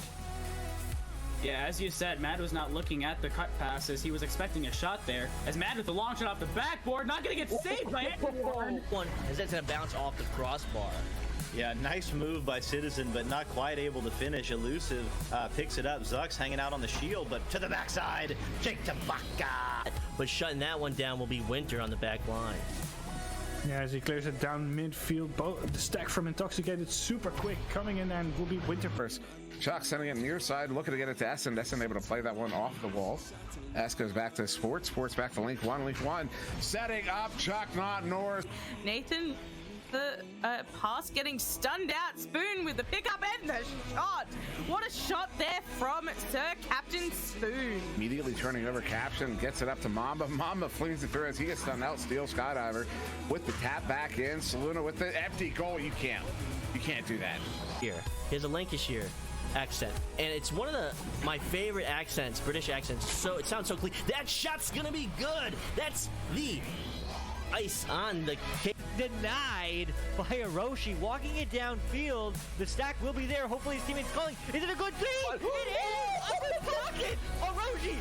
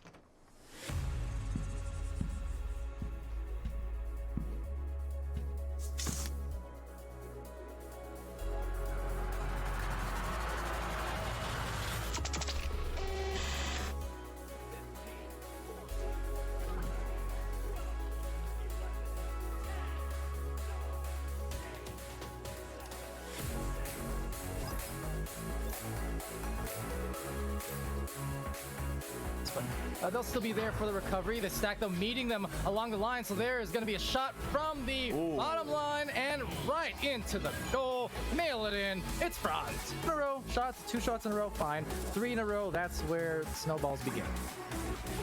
Ooh, single shot. They have another opportunity here. Mozzie. That was a great read.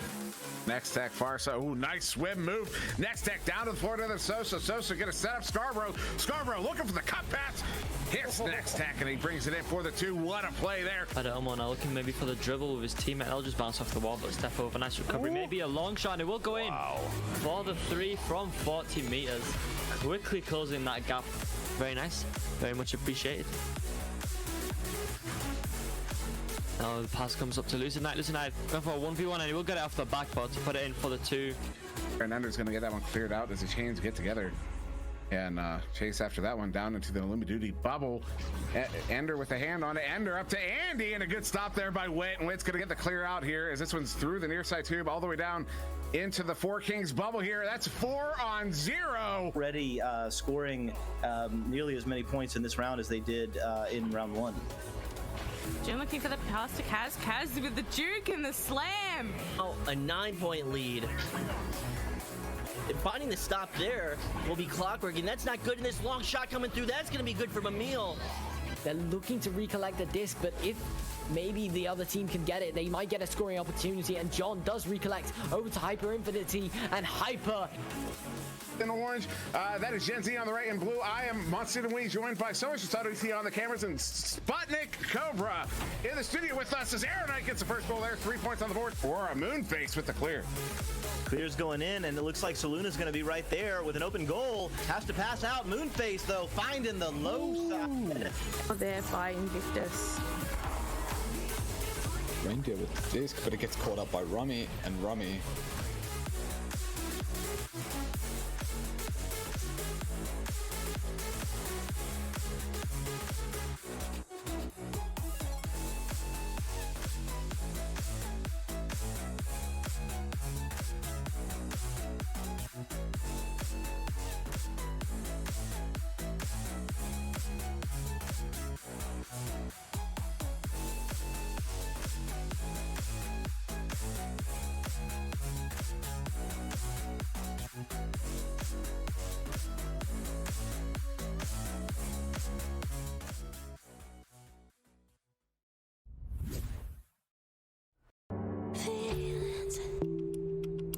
It's like I can't walk on the ceiling. Oh yeah, got me dreaming. They dedicate one person to that disc in the middle, and they have 3 people setting up along the mid side. So they have the regrabs until they reach that bow tie section, and until wait a minute. Okay, thanks for cutting me off there, guys. Let me get back to it. No, I can't get back to it after that shot. What a brilliant shot. Defend from his attackers, getting it back to Vanzi. Project Mayhem now going for another approach. Vanzi going for that ceiling shot to the Law to Palace. Palace going for the shot, but it looks like I believe he got stunned, which probably put his shot awry. Vanzi with a steal and shot, but a great save. I'm not sure which Joker player it was, but nonetheless, you know, cat-like reflexes there, denying that goal, keeping their 8-point lead. Phoenix's defense, but we'll get the clear up, but bouncing on the wrong side of the tunnel now. The long shot from Sniper. Wow, now that will put them at a 10-point lead. 2 monitors. Make that 3 takes. What am I hiding? Well, many things. Speedy Felix. Like what they did when they did have the offense, right? They were working up the floor slowly on their roll-ups and such, but it's just not having any good luck. What up? And off of the head. I don't know about that decision. Andy sending this one up to Ender. Ender not able to get the grab, still loose. Mozzie gonna pick this one up. Mozzie sending that one up to Jiggy. Jiggy, what did we go to see? Jason under pressure. Nice movement there. Mozzie, oh, the stop. Cruising. What's he got, a 7-foot wingspan? What was that? This one down in the bubble. This could be the ice. It is. Dusty there on Baker. Ecstatic going down there to Bally. And Bally is going to get that one in for the 2, and that's going to put Antimatter up by 4.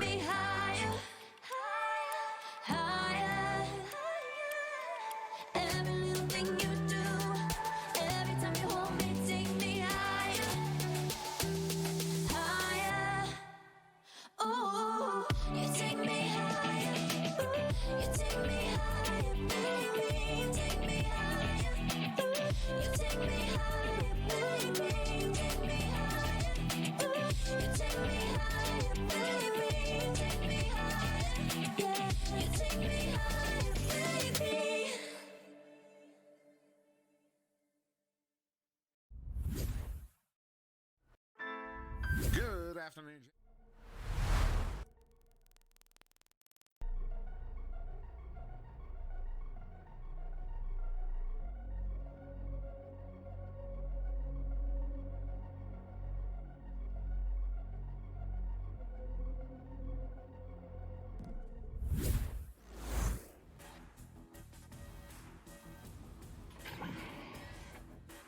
Hello and welcome back to VRML 1. I'm your host Luke, and with me is DocEducation, and on cams is the ever so awesome Newton Dad. All night he's been here. But man, we have a match for you. Wrath against Technique. Technique coming off of a win just a few moments to go against Paper. Puts them in potential seeding for Challenger Cup if they win. Wrath looking to stay in it. Doc, I'm excited. How are you feeling? I am so hype. We're about to yeet this game right at you. This is going to be an amazing match. Wrath Technique, Diamond Tier, Wrath currently 14th, so that puts them in the Challengers Cup. But if they lose this match, then they are at risk of bouncing outside of the Challengers Cup and losing their chance to get into the finals for Season 3, which, you know, just getting in and getting that badge, getting on that stage is a huge accomplishment. And, of course, pushing in and making your name known even better. I am DocEducation. Luke let us in, and on the cams is the wonderful and talented, as always, Newton Dad. And we got the teams in this server. We changed servers a couple of times. That's why we're coming at you a little bit late, but we are here now, and it looks like the teams are liking their pings. They certainly are. All these teams, very important matches. They want to make sure everything is in their favor. Just pulling up the predictions now. There you go. Make sure you get it, because it's not going to last too long. But man, this game is hype. Once again, Challenger Cup is May 8th. Make sure you are there. It's going to be super hype, as we expect there are going to be some great games, great moments, and it's going to be even more close than these matchups. Or maybe it will be both these teams. Who knows? Time will tell. But we are going to have one team ready up, but we're still waiting on the other. Make sure you do put your votes in. Votes are coming in quick for 100% Wrath, basically. But, man, let me know who you're going to cheer for in chat. Even if you don't vote, I'm curious. But once again, May 8th is going to be the Challenger Cup. It's going to be super hype all day. Early session, as we're calling it now, is the EU, and late session is the NA. Well, that's if you're in the perspective of EU. Or NA. If you're in the perspective of EU, then the late session is the EU, and the late session is the NA. But you know what I mean. Wherever you are in the world, thanks for joining us here today. This game is going to mean so much to both these teams. Technique has a chance to squeak in if they get the dub, and Wrath looking to secure their spot that much further into the Challenger Cup. Also, it's gonna be... what's happening the following weekend, Doc? Oh, you mean on May 15th and May 16th? It's Yeah. finals. We've got finals on May 15th, beginning of the brackets for EU, NA, and OCE, and on Sunday we are on one channel for each domain. Each region will have its own channel, and all the games will be there. We'll have multiple channels the first day, and there is going to be this is not hype, this is not propaganda, this is just straight facts. I think it will be some of the best Echo Arena, maybe the best Echo Arena play that has ever been played on the history of the planet.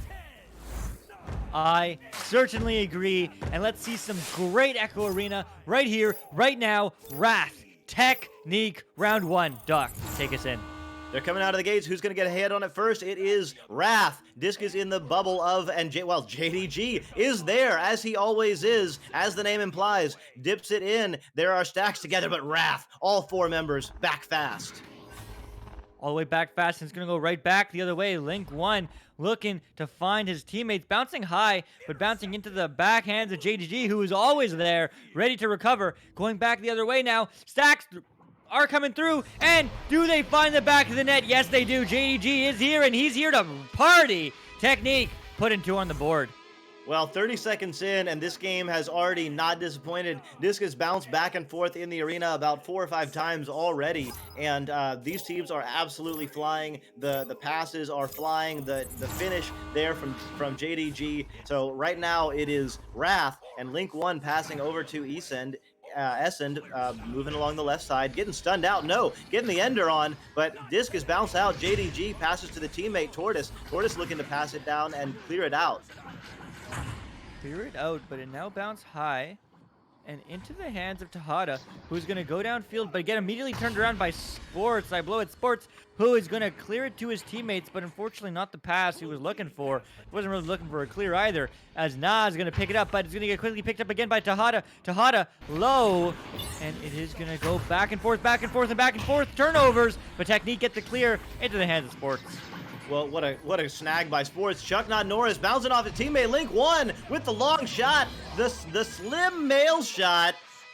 The slim mail slot shot.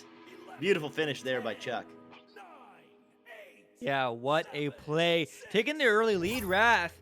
3-2. That's going to be a decider, I hope, later on, unless both these teams score threes. But Technique looking to do exactly that as they do pick up the disc. Yeah, down to Tortoise. Tortoise, long pass. Not finding his teammate, but maybe it is. No, Sports on the back line, and he's going to send it right back where it came from. Yeah, and looks like JDG is going to haul it in. No, it's Mr. Hada. Disc is bouncing low and into the trap area. Nadash picking it up, and looks like we'll clear it through. The stack is together there for Technique, so they're going to get a shot. No, the defense had already recovered. Tortoise getting stunned out, and now they're going to have to fight back for it. Fight back for it. He will, and it's going to be reset to start this offense all over. Get that momentum going. Tahada's just waiting on the ceiling, waiting for any team member from Wrath to bite. But they're not biting. They know that they have the point advantage. And the other guy cuts good, though. He's going to walk it in, but it's going to get saved. And it's going to bounce out, but not cleared. It's going to hit the post. It's going to get picked up by Tahada. Tahada up to JD. JD shot, but stunned, so he wasn't able to get it out as it goes back into the midfield. Wow, yeah, great opportunity there for Technique, but it is back in their hand right now. Mr. Hada gonna have to do some works. The defense there from Chuck Not Norris hitting them with the Kung Fu Karate Chop as always, but now it's back in their own bubble. The stack is fast, and it is JDG. He's there, and he scores. JDG looking good this game.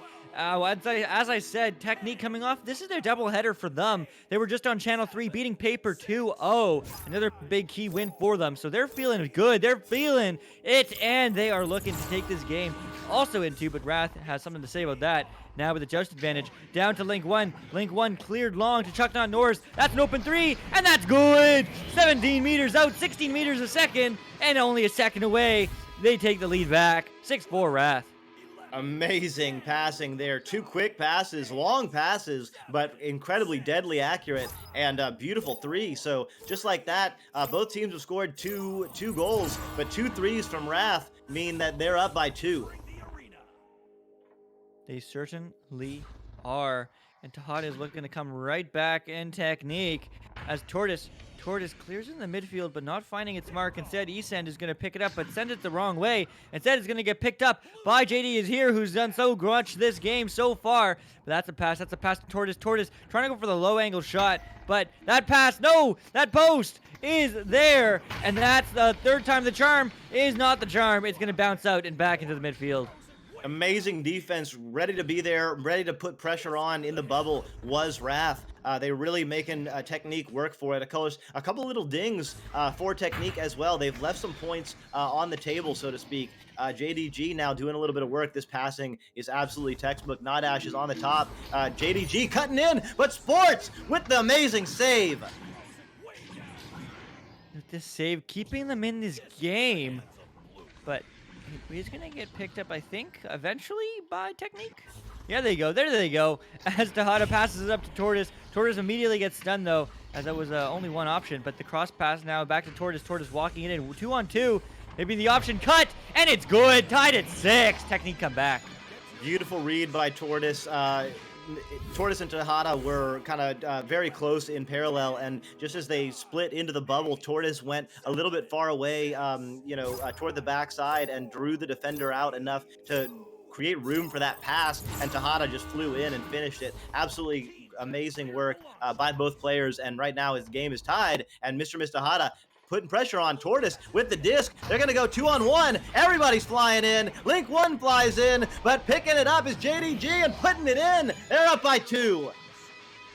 JDG, absolute masterclass in being in the right place at the right time with 6 points to his name, and Chuck Not Norris on the other team matching him. Tahada with 2 for himself. Men, absolute great game from JDG so far. Excited to see what else he's going to come up with, but it is going to bounce not out, not the clear they wanted. It's going to get slapped down. The stack is there, and Technique is going to Technique themselves another 2. That was so bad. Extending their lead to 4. Nice attempt, and it was a great attempt by Technique, finishing it. I mean, incredible double stack pressure. The first stack getting the disc and then brawling enough to get the tap into the low side, and then the second stack flying right in and just gently slamming it in. And it looks like we do have a drop from a player from Wrath, so they will have to use their technical timeout, and these players will hopefully get back in and get back on soon enough. Yeah, 100%. As we do have just a long pause, but as we are here once again, Challenger Cup is May 8th.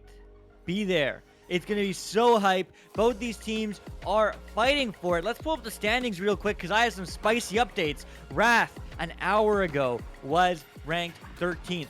Technique, an hour ago, was ranked 20th. I haven't seen the stats on my screen yet, but I'm looking at the stats right now, and there's just some delay for stream. But Wrath is ranked 14th. Technique is ranked 16th. This fourth slot is so close for both these teams. A win from Wrath would almost certainly solidify them a spot into the Challenger Cup. Technique, if they do win, they might be able to sneak in and get that fourth elusive spot. But that is so hype, so close as SirDimwi. I 100% agree. And certainly all you think Wrath is going to take it with 90% of the votes in their favor. But man, I wouldn't be so smooth because the last time these two teams met, they met on March 13th in Season 3. Wrath absolutely dominated Technique. Technique looks like a new team, a new game, and they are ready to win. They are ready to play in the Challenger Cup. Yeah, well, Technique has picked up a new player in Tortoise, formerly Salty Tortoise of Team Corrosion. You might remember them. They got into the Challengers Cup in Cycle 2 and made a big push, came within a game of pushing into Master Tier there. They have now since disbanded, but Tortoise is now on Technique, and looks like I'm not sure if he's a starter or a sub, but definitely, I mean, as the former captain of Corrosion, a very strong player.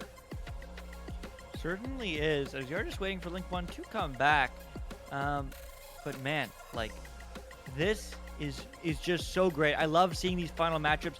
All these teams are putting everything on the line. Speechless, thank you for the hydrate. I'll drink some water right now. 1 sec. I appreciate you. Certainly good to stay hydrated. Keep those, keep everything, I don't know how to say that in the right way. So, nevertheless, you know what I mean. But it is going... That's a good one. There you go. Certainly. But we are just going to have a pause here. But, man, this game is going to be such a banger. Technique, once again, I know I mentioned it a few times, but they're coming off a spicy win against Paper, which puts them in the 16th position. And if they win here, they very well may find themselves in the Challenger Cup. As otherwise, this is the last game of the season for them. So this is for all the marbles, the whole fruitcake, whatever you want to use. This is it, and it's a good one. It's a doozy. Everyone on the fan votes, everyone on the connoisseur votes thinks that Wrath is going to take it, but Technique has something to say about it, and go for it.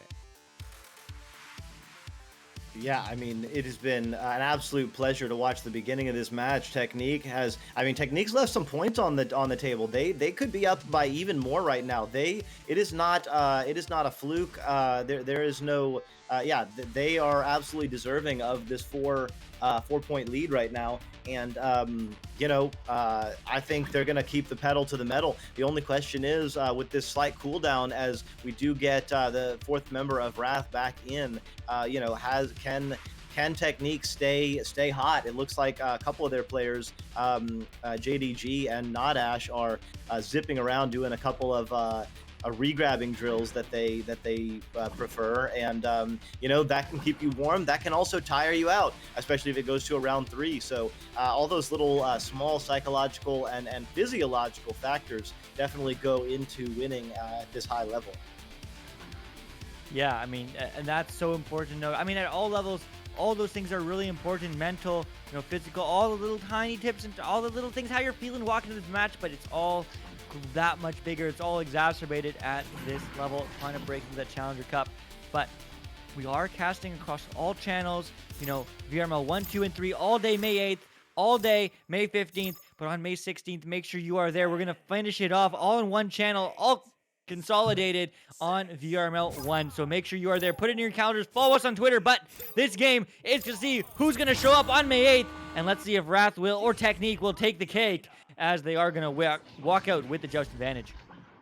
Taking the cake right there and throwing the cake, but Nadash swooping up the cake. I don't know, it's a disc. It kind of looks like a cake, but Tahada getting the steal. Chuck Not Norris getting stunned out, so they'll have to do a little bit of work, and there's a little bit of fighting right now and scrambling, but throwing in is Torts. What a shot! Beautiful shot. Just a very tight angle with the shield in the way most of the way, and they're back within one. Man, oh man. That, whether it was intended or not, that was an amazing mental break for Wrath. Refocusing, replaying, and they want to play their game. They want to beat Technique. They want to show them who is boss. But that's going to get picked up by Technique. Technique a long pass low. They're there. They're going to see have two options. Is he going to walk it in? Is he going to go for the backboard pass? He's waiting a lot, but these defensives are coming in. He dodges and doodles, and he gets it in. 2 more points, 3-point lead. But Blow will take a piece of it, but not enough. Yeah, beautiful individual movement there by Nadash. SirDimwi was talking earlier about the individual meta and player skill, and you can really see at this high level, every one of these players individually, if you get them in the bubble, they can absolutely make a move and juke 1, 2, 3, or even the whole team. It's really cool to see as Essen comes in, passes back. Link 1 has the disc, has Sports on the left side. He's going to go forward, but will make that back pass and reset. Link 1 fighting with Tortoise. Essen can't quite hang on to it. Disc is going to bounce to the left side. They're regrabbing toward the disc, is Technique, and they have left the goal open. No, Tortoise rotated back in, and it looks like it's back in the hands of Wrath. Wrath looking to come back the other way. 3 points. 1.5 minutes remaining. 3-point game. It's still up in the air, but Technique wants none of that. They want to clear it out, and that they will. Whew, good slap. Just barely gets through, but it will get recovered by Easton, who's looking to send it right back. Getting immediately pressured, though. But that is a pass low, and that's going to be converted by Nadash, who's going to go for the clear. There's a bit of a leech, and the stuns don't come through, but the steal does. And Chuck Not Norris is going to slap it back to the neutral zone. Key there, but Nadash is going to pick it up. Juke, pass in, but pass low. Not any particular to any teammate, but it will be quickly picked up. That's a 3. That's not good. 7 or 6-point lead. Technique. A minute left.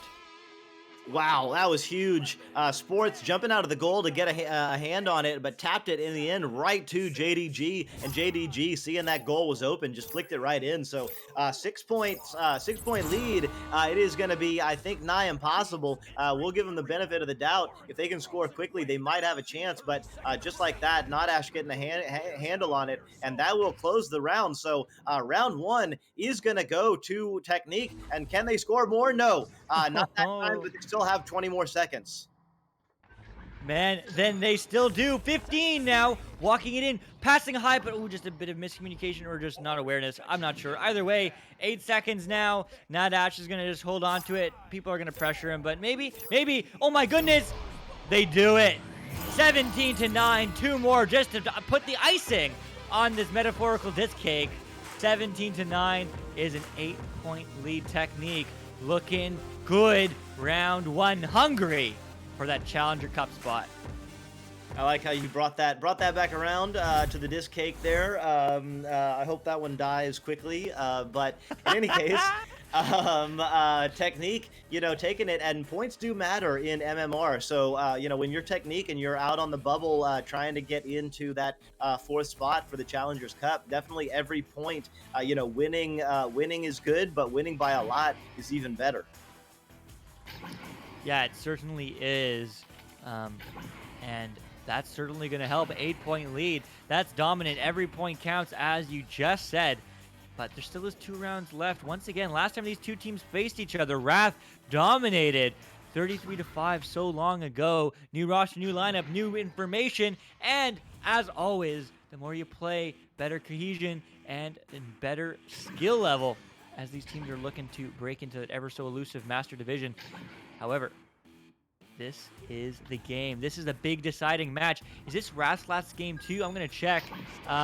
No, it's not. They still have one more against Velocity. So Technique has to win this game and pray that Velocity defeats Wrath as well. I do believe, but nevertheless, here we go. Round 2. Technique, Wrath. Technique trying to sweep him into. Take it away. The disc bounces off the station and right back into the Wrath side. So Technique gets a little bit of a lucky bounce there, but getting a hand on to Sports, attempting the clear. The disc is going to be low, and it'll be back in the hands of JDG from Technique. All the way back, JDG to Tejada. Tejada walking down, walking low, pass. Does he read the bounces? Oh, unfortunately, those bounces are hard to read on the slanted walls.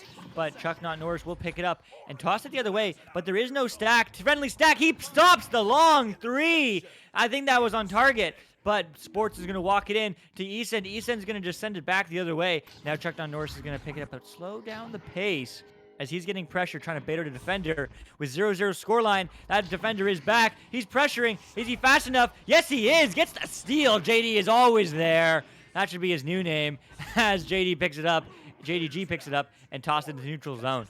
But Chuck Not Norris swoops in the passing lane. The disc is changing hands right now. It will finally be cleared into the Wrath side. Technique is flying fast. They better get rid of it. Oh, just at the last minute. That was a close one. The stacks are absolutely flying for both of these teams. The disc is flying. Look at how fast this is going. This is the Challengers Cup. This is High Diamond. This is what you're going to see on May 8th. It's going to be amazing. This is amazing. Look at this action, Luke.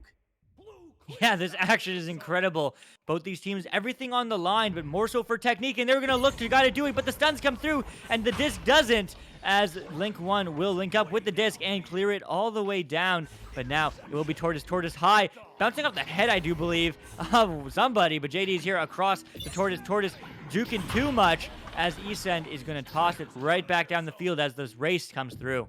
Wow, the stack links up so fast, though. And, I mean, Tortoise, if you don't know, Tortoise is one of a regrabbing pair that is, at least last I checked, owned 5 of the top 10 fastest jousts in VRML Season 3.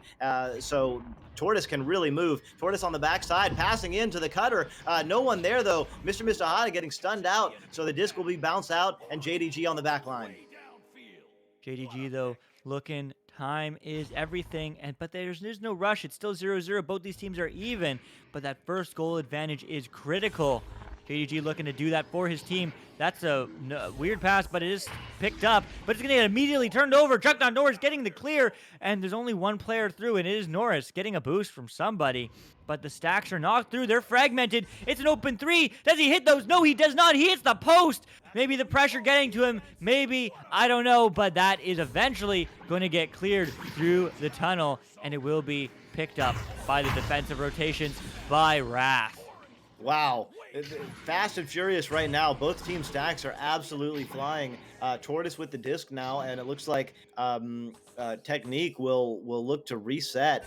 Tortoise on the double diamond, passes over to JDG. JDG has options on the left and in front of him. Passes left. Nadash is going to go one-on-one against the goalie, getting stunned out. What a defensive stack there from Wrath.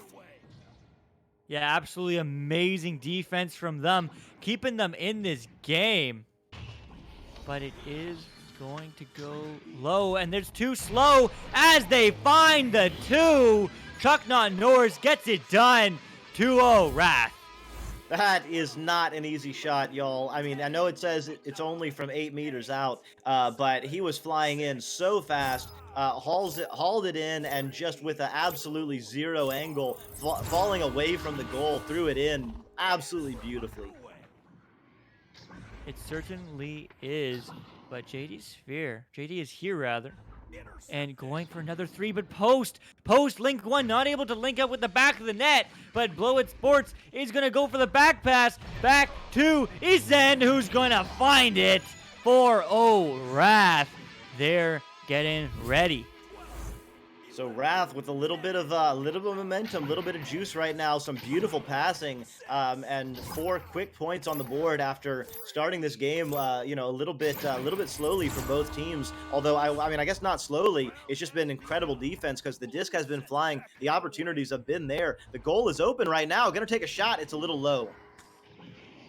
is a little low, but Tejada is there. Tejada over to Na.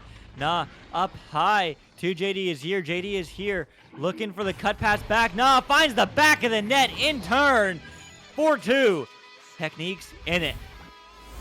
Technique is absolutely in it. I mean, with 5 minutes left, down 2, there is a ton of time. Both of these teams could blow up and score 10 more points, 15 more points in this game. So, yeah, both of these teams just trying to continue to crack at the shell of the defense of the other team. But both teams are running some really hot defensive stacks and absolutely adding pressure just like that. Flying in, but what a pass to Chuck. What a pass to Essen. Oh, was that in the back in real life? That was beautiful. Man, oh man. Techniques puts 2, but Wrath says, hey, we can do that too, and in short fashion extend their lead up to 4 once again. But Technique has the just advantage now, just under half the game remaining. They need to get some points here on the board. They're going to go for the dribble instead, as they are opting to do that, but they're splitting, going for the relay. That's what we're looking for. Gets 2 stuns out. Great timed block. It's free. It's free. And it is going to be JD is here, going for the long reset pass to Tortoise, who's just chilling on the back line and waiting to find the right moment. JDG just did 3 enders in a row, and with those 3 enders, knocked out 4 people. One time, he knocked out 2 people with 1 shield. That was absolutely insane. Nadash to Tortoise, and they put it in. They're back within 2. And thanks, Kit. I really need a hydrate. Me too. Man. What a game. Speechless with the power-up emojis. Man, I agree with that.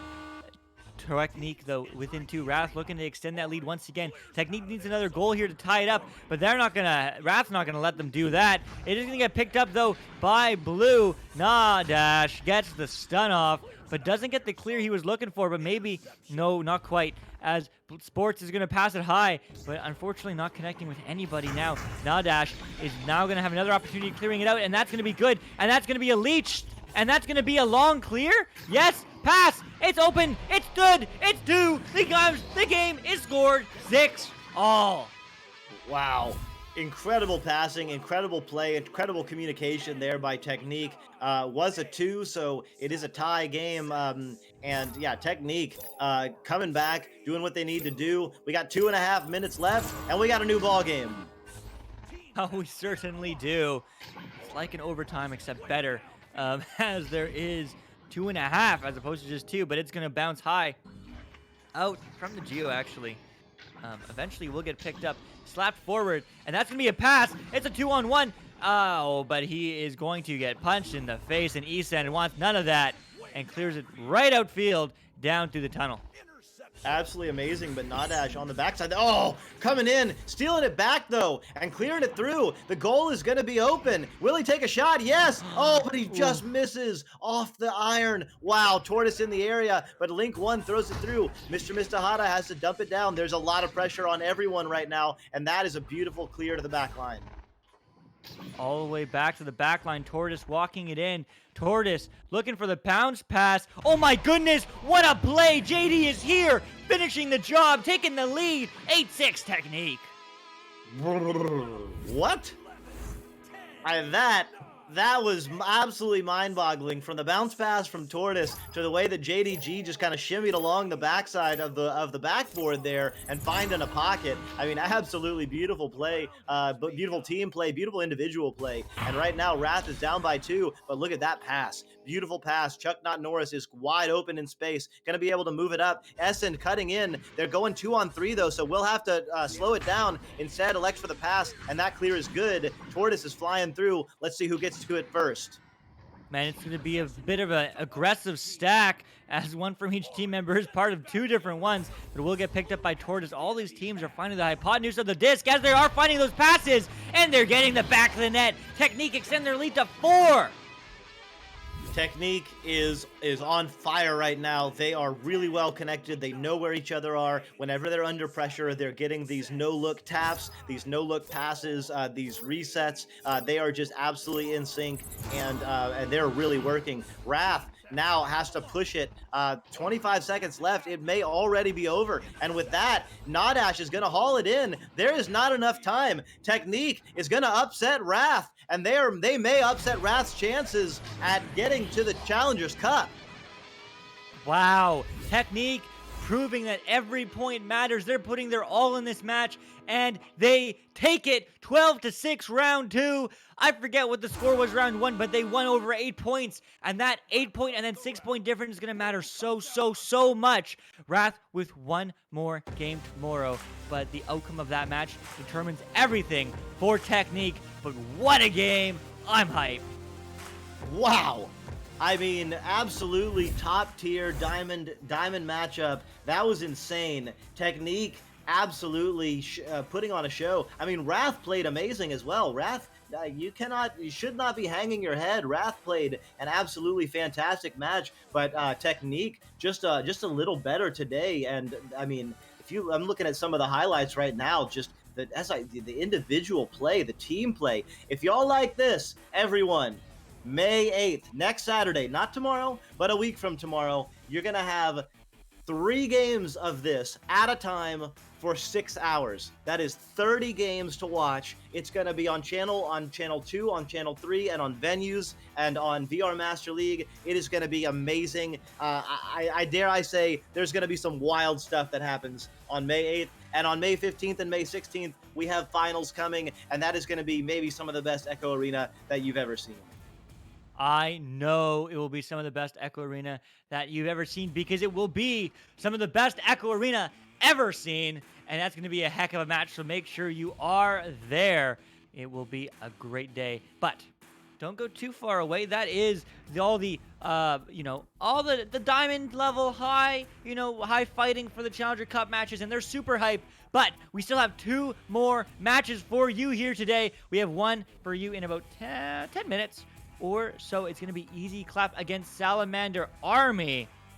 And we are going to be going a little bit lower to that. I'm just confirming here with my brain and the standings to that high gold, low diamond division. But these teams are fighting. The winner of this match will break into that diamond to end the season off. So make sure you do stick around. But that's all we got for you.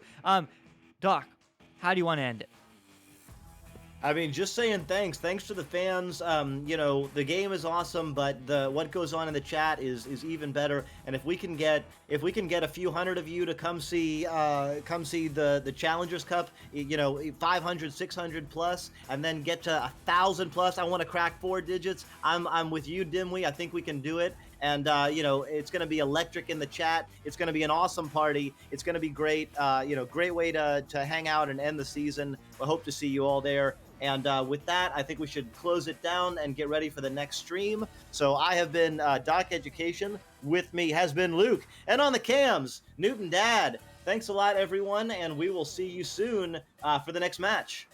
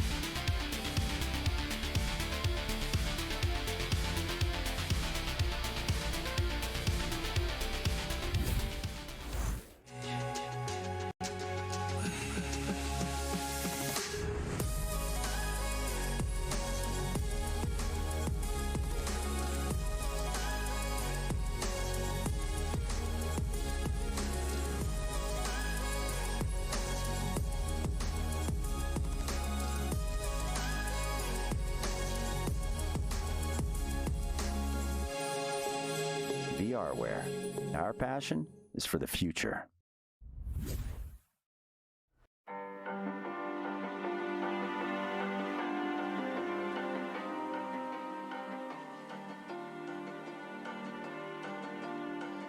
Everest was newly formed in Season 3.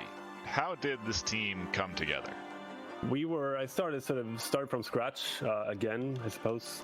Kind of my thing after each season to have to start from scratch. I guess it's a fun experience every time to try to sort of grab as good of a team as you can get at that point in time. But I think it was start out with me and Elmo. I guess that's how most teams are formed. It's like 2 people, and then you sort of start to branch out and see what can you get to complement your team. We got Elmo, which is it's a Rift player from I think a year back or something. I think he started back in preseason, I think. I might be wrong, but yeah, he's relatively experienced and played in like the whole VRML thing. And then Conrad, who is I think he's the only player actually playing on the quest, but he's a quest player from the start.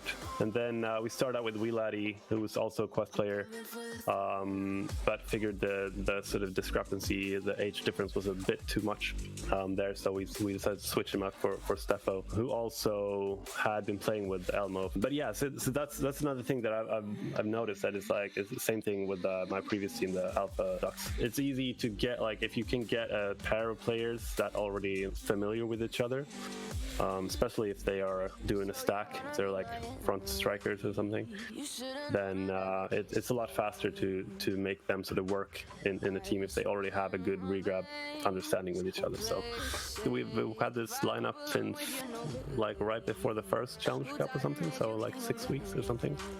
What preparation did you do as a team and personally for this Challenger Cup? I think it's the same thing as we did for the last Challenger Cup, which is I try to find matches, like the most recent matches of the teams we're playing, and I try to look at the playstyle, and most notably I look at the rollouts, because I mean we're kind of known for that, and it's kind of how we're always been doing things. It's like we're kind of obsessed with the rollouts and trying to sort of find a weakness in the rollout, or try to choose sort of, I mean, we have our set of rollouts that we do, but sometimes I look at whatever they are doing, and then maybe let's say, okay, let's focus on these rollouts against this team because they are sort of man marking a lot, or they're doing this and that, right? So yeah, I go through the videos I can find, the matches that are most recent, and try to see how they are running their rollouts, and try to sort of do a small write-up for the team, where I say, okay, this is like, if they focus on stacking, for example, then I'm going to go and do a little bit more brawling, and if they're passing more, then I tell my teammates to try to man mark them a little better and stuff like that. So yeah, that's about it. Before the Cup started, who were you most concerned about as an opponent, and did any team or player surprise you? I would say we were probably most concerned about Clockwork, because they were a new formed team, but we know all the players are good, like they're strong players individually. So, and still in this game, you can basically if you take good players and throw them into a team, then that's going to be a pretty strong team, like right off the bat. That's sort of the team that we were most concerned about, definitely. And I would say also we were a bit worried about Exploited, because they replaced Galti with SirDimwi, which was in my team last season, and was still, like, to my knowledge, in my opinion, one of the most underrated like players in Europe still, especially like solo stuff, like, yeah, just sort of the ability to come into a situation and come out winning, even though you were in a really sticky spot, like, so yeah, it was definitely like concerned about that for sure. Other than that, I think that the teams we played, the other teams quite a lot, so we kind of knew what they were capable of, so yeah. Your team went undefeated throughout this Challenger Cup. Was there ever a point you thought that your team might lose? Actually in the very first game, because like coming into the Challenger Cup, I think we expected to win against one team, and we were sort of thinking we would probably also win 2 matches. But then I think winning 3 matches, I think we were like, okay, that's probably the best possible outcome. That's going to be, winning 3 matches. So that's like that would be a win, basically, I think, because I also thought that it was going to be very even. So I thought even losing 2 matches would still maybe give us a chance to advance.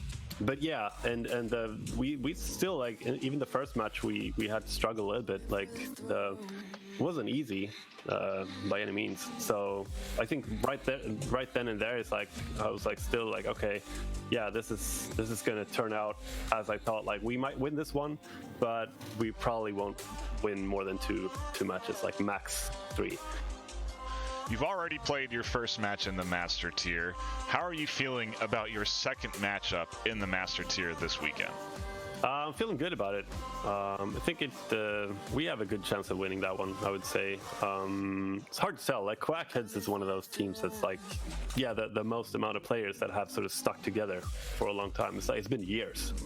So they're definitely, they are very, very well gelled together as a team. So yeah, and they're also very strong on the brawling, and have a very, very good goalkeeper. So have to watch out for that.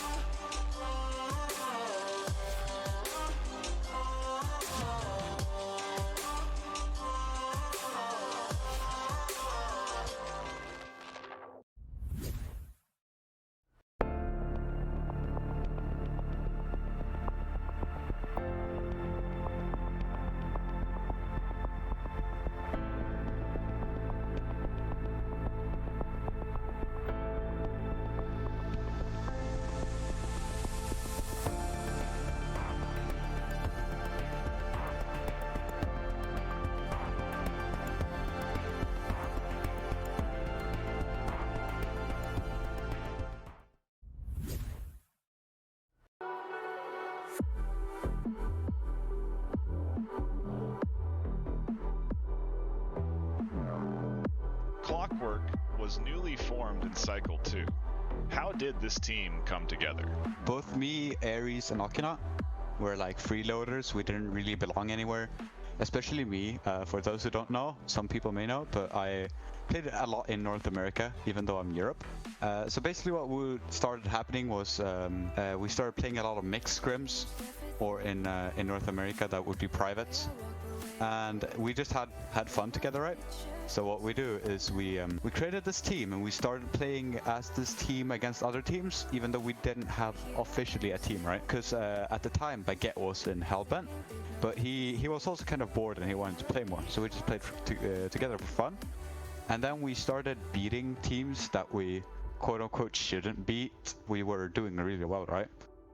So we were like, okay, we might actually make a team here. So that was the plan for Season 4. But then things changed, and we decided to make the team for this season instead.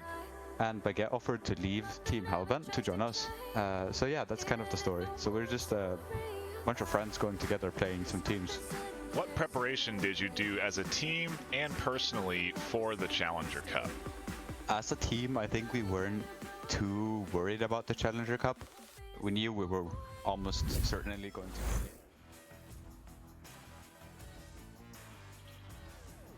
Hello everyone and welcome to another VRML game here. We're wrapping up the end of the season. Last 2 days, Luke, a lot of teams have a divisional possible rank up on the line, and maybe that's one we have here for Salamander. It certainly is. May 8th, we have such a game. We are going to have all the Challenger Cup rankings, trying to get into that Master Tier. We have a game here, right here, going a little bit lower, 1 tier lower. These gold teams trying to get into that ever-elusive Diamond Division at the end of the season. Easy Clap and Salamander Army ranked 73rd and 77th respectively. You see it on screen. But I'm your host, Luke. With me is Matt Miko. And on cams is the ever-so-awesome Newton Dad, absolutely crushing it all night with some fantastic camera work. But man, I'm excited for this matchup. Yeah, Luke, this is a great matchup we have coming here. These two teams very closely ranked. Actually, both teams had close games against a Diamond tier team, Nessie. They both end up losing, so we'll have to see which team is the better one. Like we said, Salamander has a chance of jumping into Diamond if they win this game. We'll have to see how that all pans out, and that can be very big for the next season. You know, taking a rank up, getting into that next tier can be a huge boost. Coming into that next season, you know, you have a nice mindset coming in knowing that you ranked up. So we'll have to see which team is going to take this game. And here we go. We were getting the ready ups. At least I thought I heard them. Apparently my ears are tricking me. Oh, my DUI is just glitched. But that is okay. But, man, yeah, it's always great. This is the last game of the season for both these teams, I do believe. So it's always great to end on a good note. Actually, I take that back. Easy Clap has one more game tomorrow. But Salamander Army, this is their last game. I did get a quick chance to talk to Gems on Salamander Army right before this matchup. And they're excited for it. But you know, although the league subs, huge shout out to them. You don't necessarily want to end your season on with one, but they will. AVG, huge shout out to Average. I'm just going to call him that, as you know, he is filling in here for Salamander Army. Love to see it. Those subs and the community really helping each other out. But, you know, you certainly do want to end it and start it with your same team. But that is okay, as we are just waiting for this game to start. But in case we haven't said it enough tonight, May 8th Challenger Cup. It's going to be so hyped, so good across all three channels. 1, 2, 3. Early on in the day for all us NA folk will be EU, and later on will be the NA ones. So make sure you're there, check it out. Make sure to put in your calendar. Tell your mom, tell your dad, tell your siblings, tell your friends. We would love to have you. We're going to be there. We're so hyped for it. And on May 15th and 16th, we are going to have the finals. The winners of the Challenger Cups will slot in on the 7th and 8th position on the Master Tier ladder, and they will fight for the victory for that 7K prize pool. So make sure you are there, because we are hyped about it. I hope you guys are. But hey, Tejada, what a game. Hopefully you check that VOD. It was a good 2 games you had here tonight.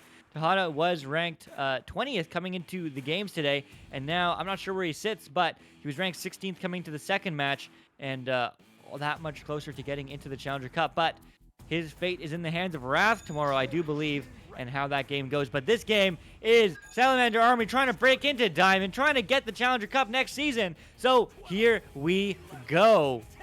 Matt, take it away. Thanks, Luke. Countdown coming in now. Last game of the season for Salamander, second to last for Easy Clap.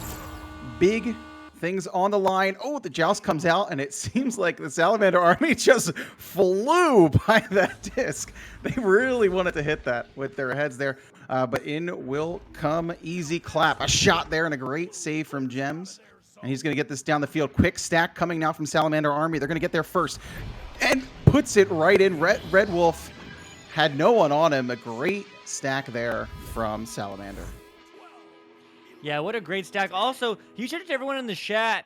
We have basically a 50-50 vote, 43 to 57% in favor of Salamander Army for this matchup. That's the closest I've seen all night.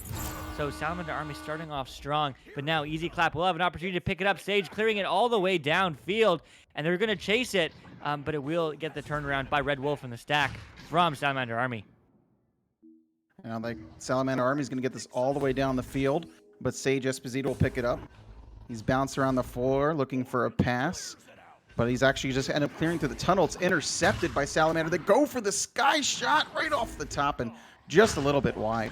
Again, another clear here from Easy Clap is intercepted, bought right back in by Salamander. Red Wolf now on the boot. He's going to pass this one behind the goal to AVG Average, and he puts that one home, and a 4-point lead now for Team Salamander. 4-point lead is looking good. Salamander Army, their last match of the season. Easy Clap has one more, but Salamander Army wants to get that win, even with that league sub average, putting in the work.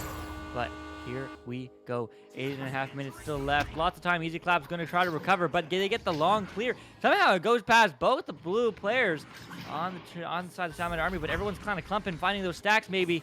but it is going to be Wombo Combo walking up down low. That's a shot, and that's just a little bit high, and that's going to bounce in front, but in the hands of Sage Espacio. And now picking up a really easy clap, struggling to get this disc out of their half right now in this game. Flynn now throws this over to Ju. Ju will throw it right through center. And we'll go behind the goal here, and quickly getting to it is easy clap, but back in goal is Gems. He's unable to get a hand on it. And back within 2 now, easy clap. Goal from Ju. Goal from Ju, as they are saying, hey, we're here to play, we're here to party. But now Salamander Army, the first time they are able to break out their offensive joust. Let's see what they're going to do with it. But it will be Gems picking up Gems quickly over to Wombo Combo. Wombo Combo gets the disc away, and that's a good pass to Average. Average, oh, going for the bounce shot, but Sage Espacio will be there to recover it, and they're just going to opt for a reset pass. And again, easy clap trying to get this through the tunnel, but the staunch defense here from Salamander Army. Dak now finally will get it to Ju. Ju has an open Flynn, but just misses him. Salamander will cover the disc. Throw it through top center. There is Das. Drop this one back in from Trench. Tries to go for a bounce shot there, but Gems is there to pick it up and clear it all the way down. Actually down to mid. And Sage now will wait here a little bit and pass over to Dak. Passed over to Dak, and that's low Ju. Juking on the floor as it's going to be Dak. Dak back, but no, not finding the passing lane. Instead, Gems is going to look and clear it right back into the neutral zone, but not out. But maybe second time's a charm? Yes, it is. It's all the way downfield. And easy clap will recover that disc. Trying to get out of their zone. There's a lot of pressure from Salamander Army. Now they're going to recover the disc. Red Wolf now up on Popcorn. Throws it to Trench, trying getting Wombo there, and Wombo will recover. Has a man on him. They both stun each other out. Gems is going to get to this disc first. He's going to have to look for an open pass here. He finds Red Wolf. Red Wolf driving towards the goal. Pass over to Wombo. Just misses. And Gems will recover this one now. He has Red Wolf. Red Wolf will take the shot and off the top bar, and Sage will clear it all the way down. There we go. It's going high, but both stacks unfortunately overshoot it, and the other stack just misses? I don't know, but that's going to be turnover. Ju walking it in, going low, just waiting. But he loses the disc midway as he's going to get stunned. But it is going to bounce to the side and back into the hands of Flynn, who's going to go for the reset. And will it get picked up by Sage? Yes, it will, who is going to look for a pass and finds the wrong team. AVG, Average, in the way. And now easy clap. Trying to drive this one back down the field. We'll throw it through the left tunnel. Gems there again to recover. He's playing some good backline defense right now for the Salamander Army team. This one's thrown down back towards the goal. It'll bounce up towards Nest. Picked up by Average. Average looking for the pass. He gets it over to Wombo Combo. Drives into goal, but a great steal from Sage. And back the other way is going to go easy clap. They have an open goal if they can get to this quickly. But it looks like Salamander Army will get back just in time to goal. Sage holds it at boot. He's looking for a pass. He wanted Flynn, but he was knocked out. He's going to drive it himself to the goal. And Sage just flips that one off his backhand. And we have a tie game here, Luke. Man, we really do. 4-4 with about 4 minutes remaining. It all lines up in some way, but with 4 seconds now on the clock, it is going to be Salamander Army still having that joust advantage because they were the ones to score first. And that is an advantage that you get throughout this game unless you allow 2 unanswered goals. But that is going to get cleared back by Easy Clap, who's low, long shot. Long three. He's going to make it happen. Extending their lead, 7-4, Easy Clap, taking it. And the momentum has shifted. Easy Clap with their first lead of this game, down 4-0. Now they're up 7-4, 3 minutes and 30 seconds. There's still tons of time left. Let's see if they can hold on to that lead. But Gems will come out of the joust. He finds Wombo. Wombo will throw this to Ghost all the way to, or Pac-Man, sorry, over to Red Wolf. Red Wolf to Average, back over to Red Wolf, but he gets stunned out. Good defensive play there from Easy Clapper, and they're going to clear this one all the way down. All the way down, bouncing high, and bouncing into the hands of Dak, who's looking to put another 3 on the board, and he hits those. 10-4, 6-point leads. Easy Claps running away with it. Yes, they are running away with it right now. That is another one where they just beat Salamander Army. They cleared all the way down, beat them with stacks, and had an open goal. Let's see if Salamander Army is going to respond here on this joust. Gems to Wombo. He's going to drive up. He's going to have to find an open pass here. He's looking behind him, making sure nobody's coming quick. I'll throw that one all the way over. Finds Red Wolf. Red Wolf finds Average on the floor, and he will dunk it home. And Salamander Army finally getting a goal back after not scoring and letting up 10 unanswered goals. Yeah, I mean, that's at least a good look. But with 2 minutes left, they are 4 points. Lots of time. But this game, we need to see that. We need Salamander to find that cohesion with the league sub. Huge shout out to AVG once again. But Sage Sebastian is going to clear it downfield all the way. With bouncing all over the place, too. Eventually, Ju will be there. Ju going for the long pass, but instead going to be intercepted by Gems. And they are going to walk downfield. But maybe he doesn't see. Oh, no, they do see 2 defenders. And he's going to go for the pass to Red Wolf. Red Wolf all the way up into the hands of his teammate. But unfortunately, immediately getting stunned. So it's going to go right back into the hands of Flynn, who's going to shoot it downfield. Now Salamander Army is going to get to this one quickly. Red Wolf now will clear this all the way through mid. Actually, it's intercepted by Sage. And they're looking at Stack here coming.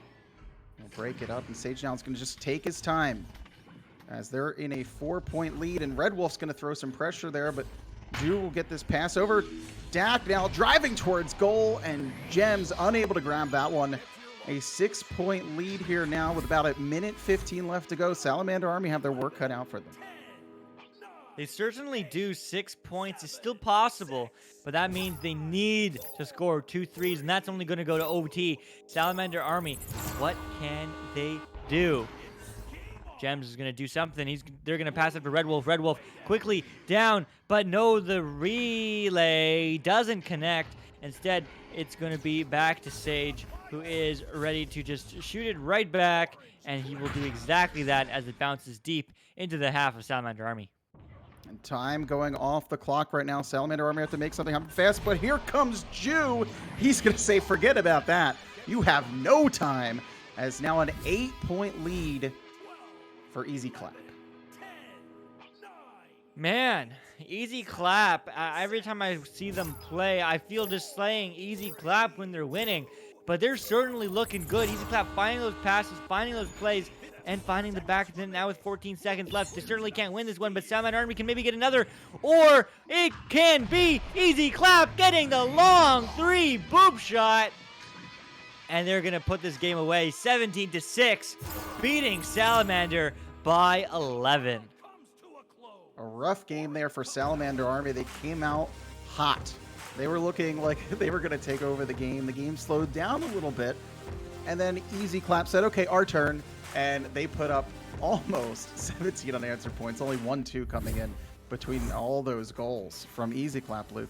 What happened?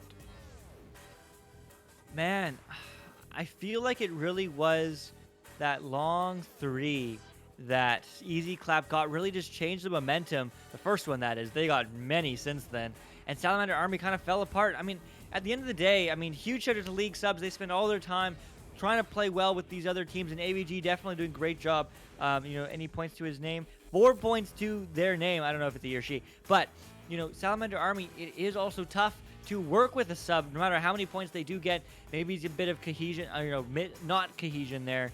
Whatever the antithesis of cohesion is, I can't think of the word. But that's really what I would say. I mean, what would you say to Salamander Army coming into the second round? I would say they just have to take their time. They're definitely getting too many passes intercepted. And also another thing, too, that they have to watch out for is they are being beat to jousts that are in their own defensive zone, losing those races. And pretty much Easy Clap just has an easy shot on goal because there's nobody in net. So they're going to have to focus on just making sure they're getting back to these discs quickly enough.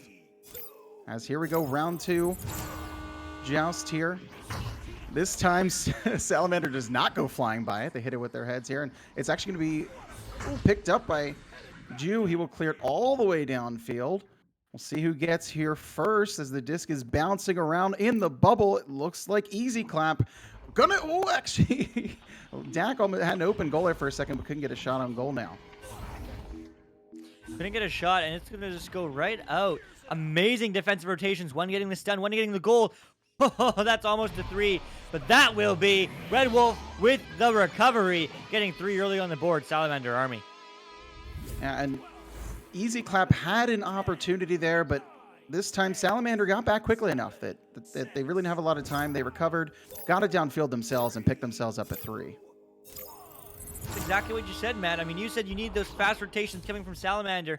They are at least doing that early on in this first round, but there is still lots of time left. Still 9 minutes, in fact, only a minute in, and that pass clear is not going to find a teammate.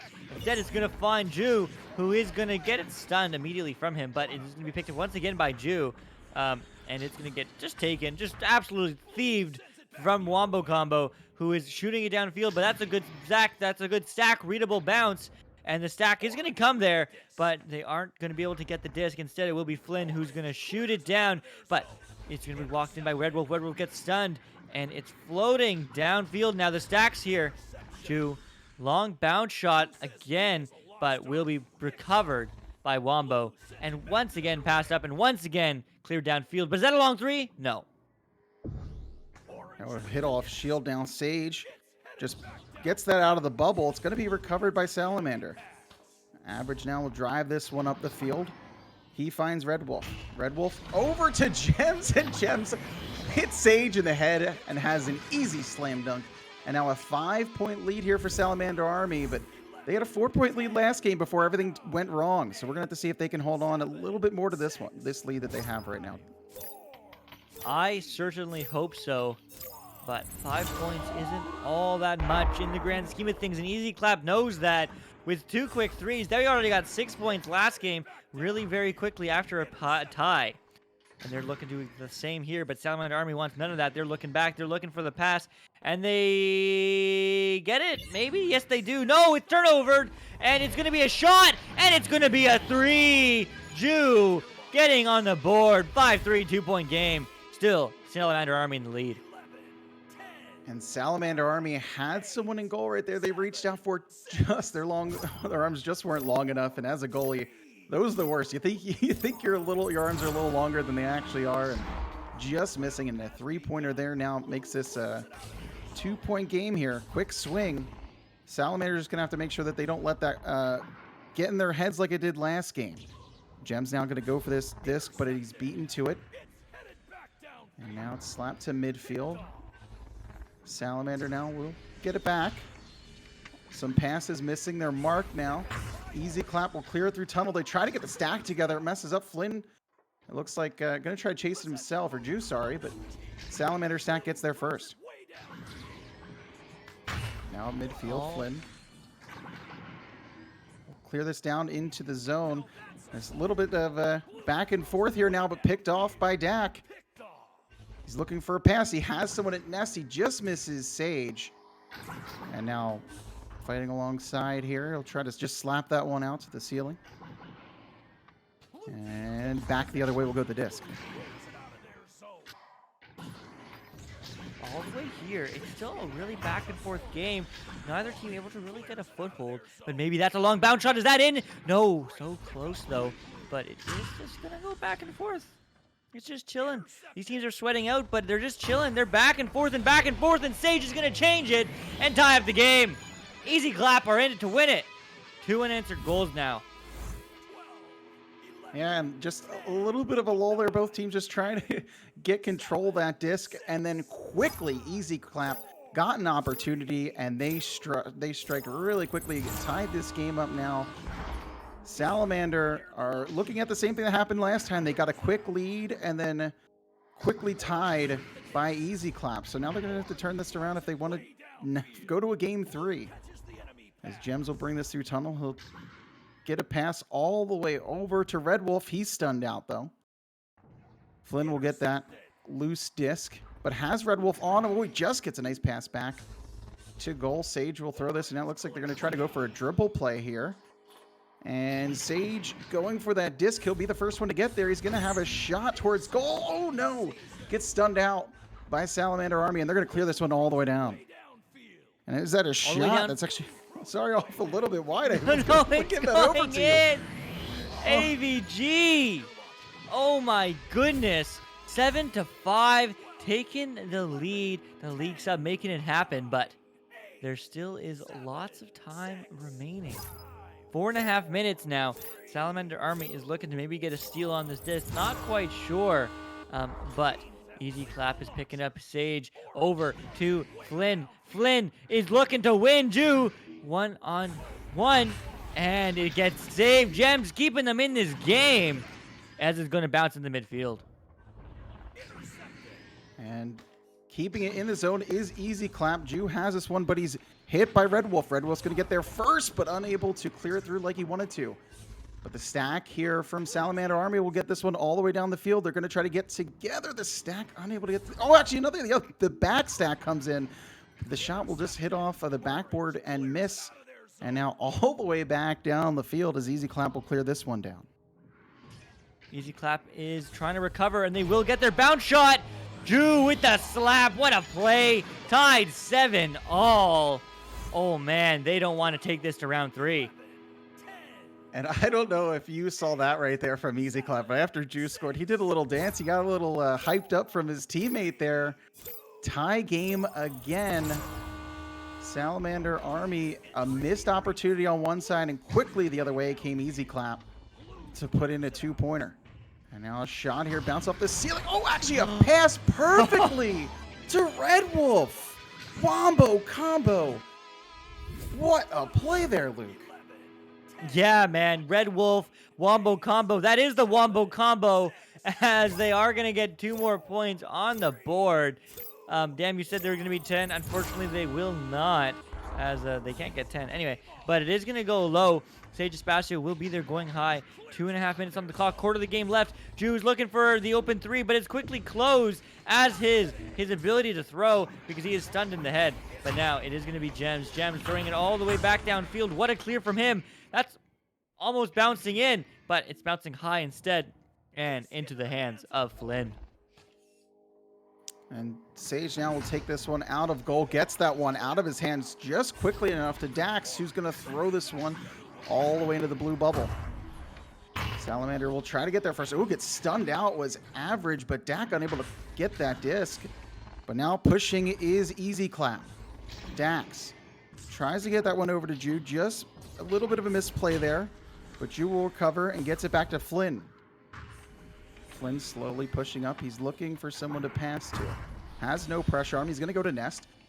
And now he'll pass this one behind goal, but he just misses Dax there. And now Salamander Army is trying to get this disc, and they'll clear this one through tunnel. All the way through tunnel and all the way downfield, and the stacks are coming through. Can they get there first? Well, some stack did, but it's not the one that wanted to score. Flynn looking to turn it around, and that's going to be somewhat of a pass. Back up to Dak. Dak in the midfield, though. They're slowing down the play. They don't have the time to, but they did get the stun off on Ju. Or not on Ju, on AVG. As it is going to go over to Sage. Sage to the back of the net. 1 minute tied. 9-9. A beautiful feed there from Flynn to Sage. Gems dove at the shooter, just puts it under. Sage just put it under Gems. Gems making some big saves, unable to get that one though. We have a tie game, 53 seconds left. Luke, dare I say overtime? Oh man, dare you say it? I want to say it too, but there's still lots of time for both these teams to score once apiece, and maybe even have enough. Still overtime. But it is going to be now Flynn picking up. Flynn slapping it down to Ju. Ju getting slapped in the face instead. Wombo combo. It's an open 3. Can he take the shot? Can he do it? No, he's going to pass low. 30 seconds now. That's an open 3, and that's a good shot. Red Wolf Wombo combo. 20 seconds.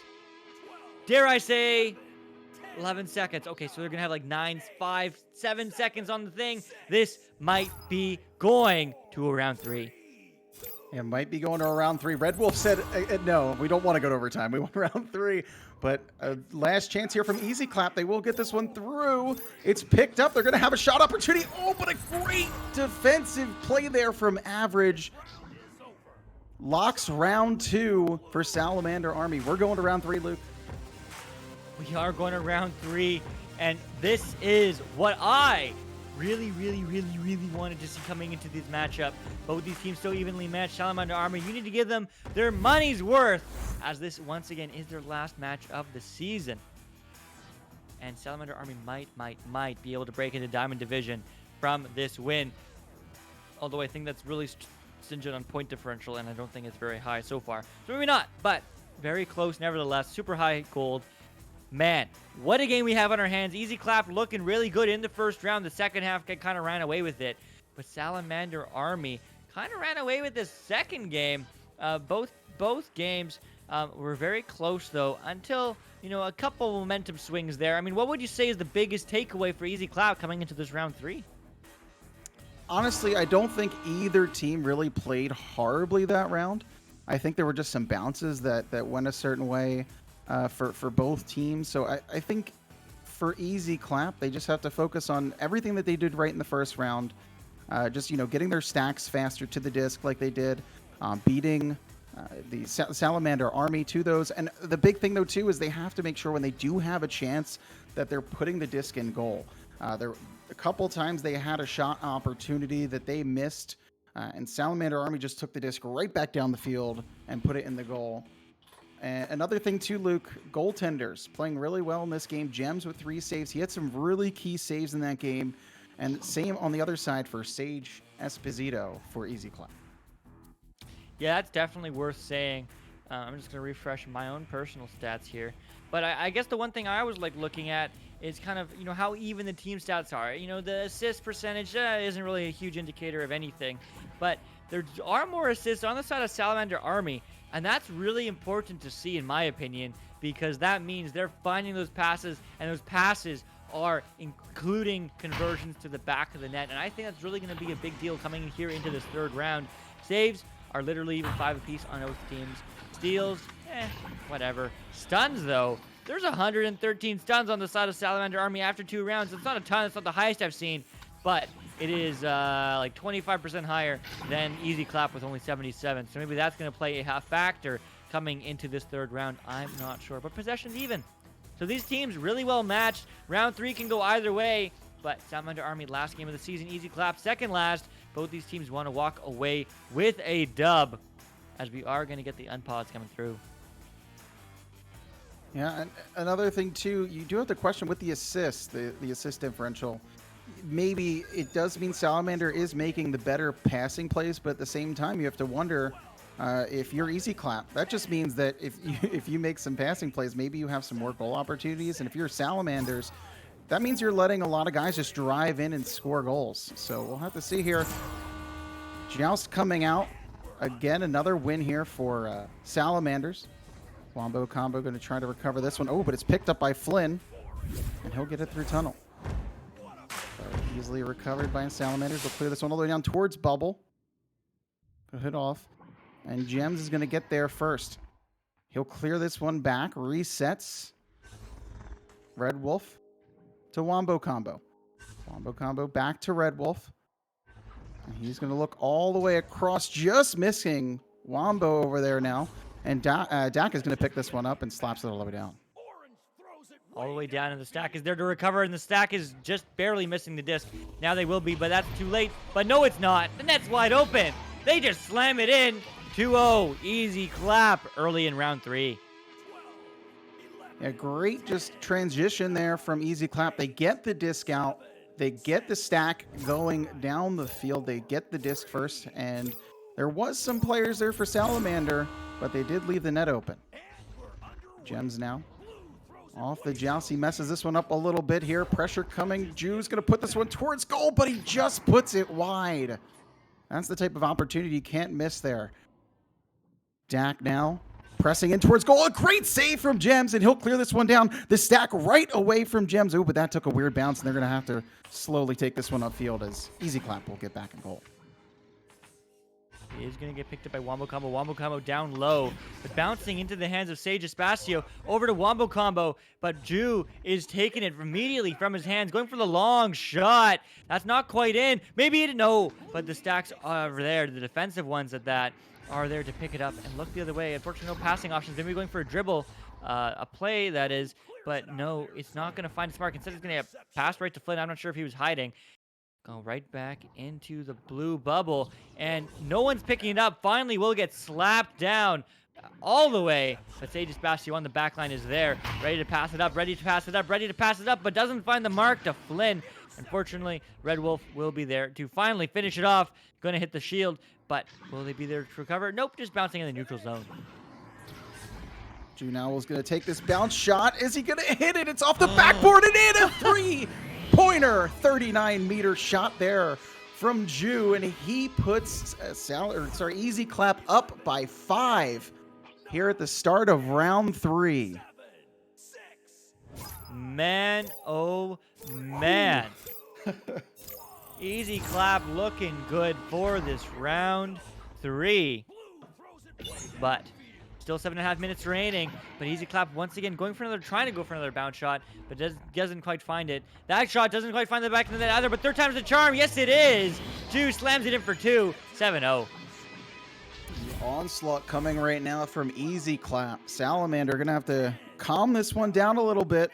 They don't want to let up another goal here. They don't want to put themselves down 9 or 10. Here they come out on this joust here. They have Gems picking it up. We'll find Wombo, but Wombo's stunned out right away. Aggressive play there from Easy Clap, and they're going to drive this one right back downfield. Flynn has a little bit of time. He's looking towards Ju. He gets it to him. Ju with him. Quick fake shot. Gems bit, and he gets the pocket right there on the left side. A little bit off, but 9-point lead now for Easy Clap. Yeah, 9-point lead. Simply MF. Salamander Army won Joust, and then it was immediately picked up by Easy Clap.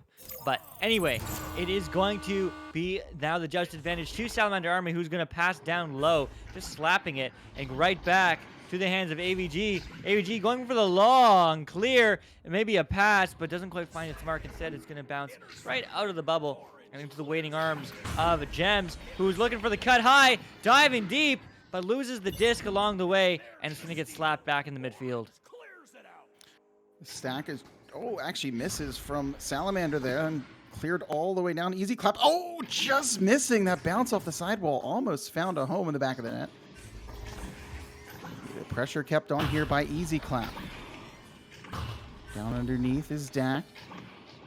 Juke around a little bit, wasting time. He don't know who he's throwing that one to, but it'll be slapped down the other way. And actually just recovered again by Dak. He's just going to take his time now. 5 minutes left. They're just slowing down this game, making a great pass here to Ju, and he just misses the shot. And now Salamander's going to slap this one back down. They're going to get there on the stack, but puts that one right off the shield. Red Wolf now over to Wombo combo. EVG's going to slam it in. He's going to get it done. 2-9, putting some points on the board. MF, thank you for the hydrate. I'm going to drink some water. But man, what a game. Salamander Army still half the game remaining. 7 points. They can come back, I believe. And look, that is what you wanted to see from Salamander Army. They played some good defense there and responded right away. Can they do it again? They missed the open shot. And Red Wolf also can't recover that disc. Average down though on the sidewall. We'll just reset this one back to Gems. And now Gems all the way over to Red Wolf. Red Wolf passes. Great feed to Wombo, but he just misses the shot, Luke. He did just miss the shot, but there might be another attempt here as that pass is going to come through. They need 2 more points. They need 3 more points. They need 7 more points. But only 2 or 3 at a time, as Wombo Combo is going to cast Red Wolf, who's going to get stolen from Ju, but right back into the hands of Red Wolf, who's going to get the 3! What a bullet! 17 meters a second from 8 meters out. It's a 4-point game. Some great bubble defense there from Easy Clap, but after you give up that many opportunities, one of them is going to go in, and it ends up being a 3, which is huge now as it makes it a 4-point game. A little easier here for Salamander. This one goes to Tunnel. It's going to be picked up by Salamander Army. Red Wolf just whips that one behind him. And he'll recover his own pass now over Wombo Combo. Juking around. Oh, he was looking for average, but intercepted, but he puts the pressure back on the Dax. Wombo Combo drops it over to Red Wolf. Oh, but a great save from Sage Esposito. Man, oh man. In chat, not your, I don't know the last word. Round 3 OT, I'm agreeing with that. I would love to see it, but 4 points still left. Just under 3 minutes on the clock. Red Wolf bouncing it low, but it is just going to go in the hands of Sage Esposito as he is just looking for the cross pass to Dak. Dak back to Sage Esposito. They're happy to burn all the time in the world, and that they're going to do. They're just passing back and forth all day. But when too many passes, maybe no. It is just going to get passed out into the hands of Ju, who is looking to pass it downfield. They don't just want to go all the way back and forth, and that's going to be in the offensive bubble right here, right now. But it will be Gems picking it up. 2 minutes just about on the clock. And they're passing over to Red Wolf. Red Wolf gets the turnover. Flynn, long three. No, not in, but they're there to recover. They'll finish the job. 2 more points on the board. 6-point lead. Easy clap. A turnover there from at midfield for Salamander Army ends up in their goal. And now they have a 6-point deficit that they're going to have to come back from. 1:45 still time. Let's see what they do here on this joust. Gems to the left. Here, right. He's going to go high. Dak is in the midfield just waiting. But he gets intercepted. Oh my goodness, Red Wolf going for the bounce. But that's not going to quite find the back of the net. Instead, it's going to bounce high and the stack will be there. Wombo Combo up, but intercepted by Sage, who's going to shove it downfield. Red Wolf now will pick this one up. He had average, but Flynn took care of him. Ju now will pick up this disc. He has Red Wolf on him. Oh, he doesn't get it out quick enough now. Red Wolf will recover. He gets stunned out by Flynn. Back and forth here. It's going to be picked up by Easy Clap, and they're going to go for the dribble here. Flynn will pick up this disc. He has an open goal, puts it in. 13-5 Easy Clap with 54 seconds left to go. That's a minimum of 3 goals. I mean, they have like 15 seconds total to score. Not even. They have 10 seconds to score 3 goals. That's it. Easy Clap walk away with the round 3 victory. But Salamander Army still wants to put some points on the board. That's a long relay. That's a pass back. AVG not quite finding the back pass, the reset pass. But the stun's going to come through. And now Ju will just clear it downfield. That's not quite a long 3, but that is going to be not a recovery either. Instead, it will bounce out of the bubble. 15 seconds on the clock. Ju is just going to juke, going to duck, going to do it, but he can't DM the whole team, and that's going to get slapped in the midfield. What a game. What a crazy game here we had. Easy Clap. Jay Walker said it in chat. Their bubble defense is stunning. And I agree, Luke. Yeah, I mean, this defense of both these teams was certainly notable, but much more from Easy Clap, not letting Salamander Army get more than 2 points, or 2 scores rather, as we are going to end this game. And unfortunately, Salamander Army will end their season on a loss. But what is it? Well, it's the game, and that happens. But we are going to be closing out VRML Channel 1 here in just a minute. We've been live for the past 3 hours. Huge shout out to Newton Dad for manning the cams with all sorts of people alongside him, casting for him. But we had a game. Matt, Miko, and myself, Luke, and Newton Dad once again on cams. Huge shout out to him. We're heading over to VRML Channel 2 to cast the final game of the night, and it's going to be a good one. It is going to be Rebrand against Templars, 2 teams that haven't been casted at all so far this season, so it's going to be that much better. But that's all from us. And Miko, end it out. Yeah, a great game there. Thank you for watching on VRML Channel 1. Luke, as always, great casting with you. Newton Dad, thank you to you as well. And hopefully we'll see you again, in the next game over in VRML 2.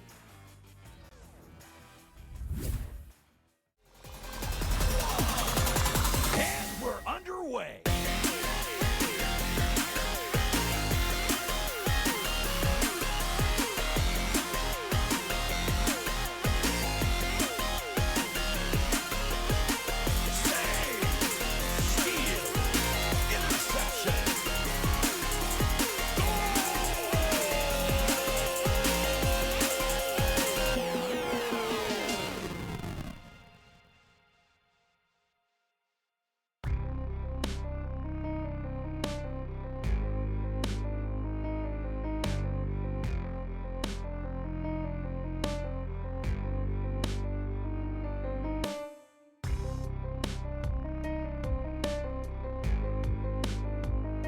Season 3 of VR Master League Echo Arena is brought to you by HyperX, Asterion Products, Rebuff Reality, ProTube VR, VR Cover, Fixed Gaming, and VRware.net.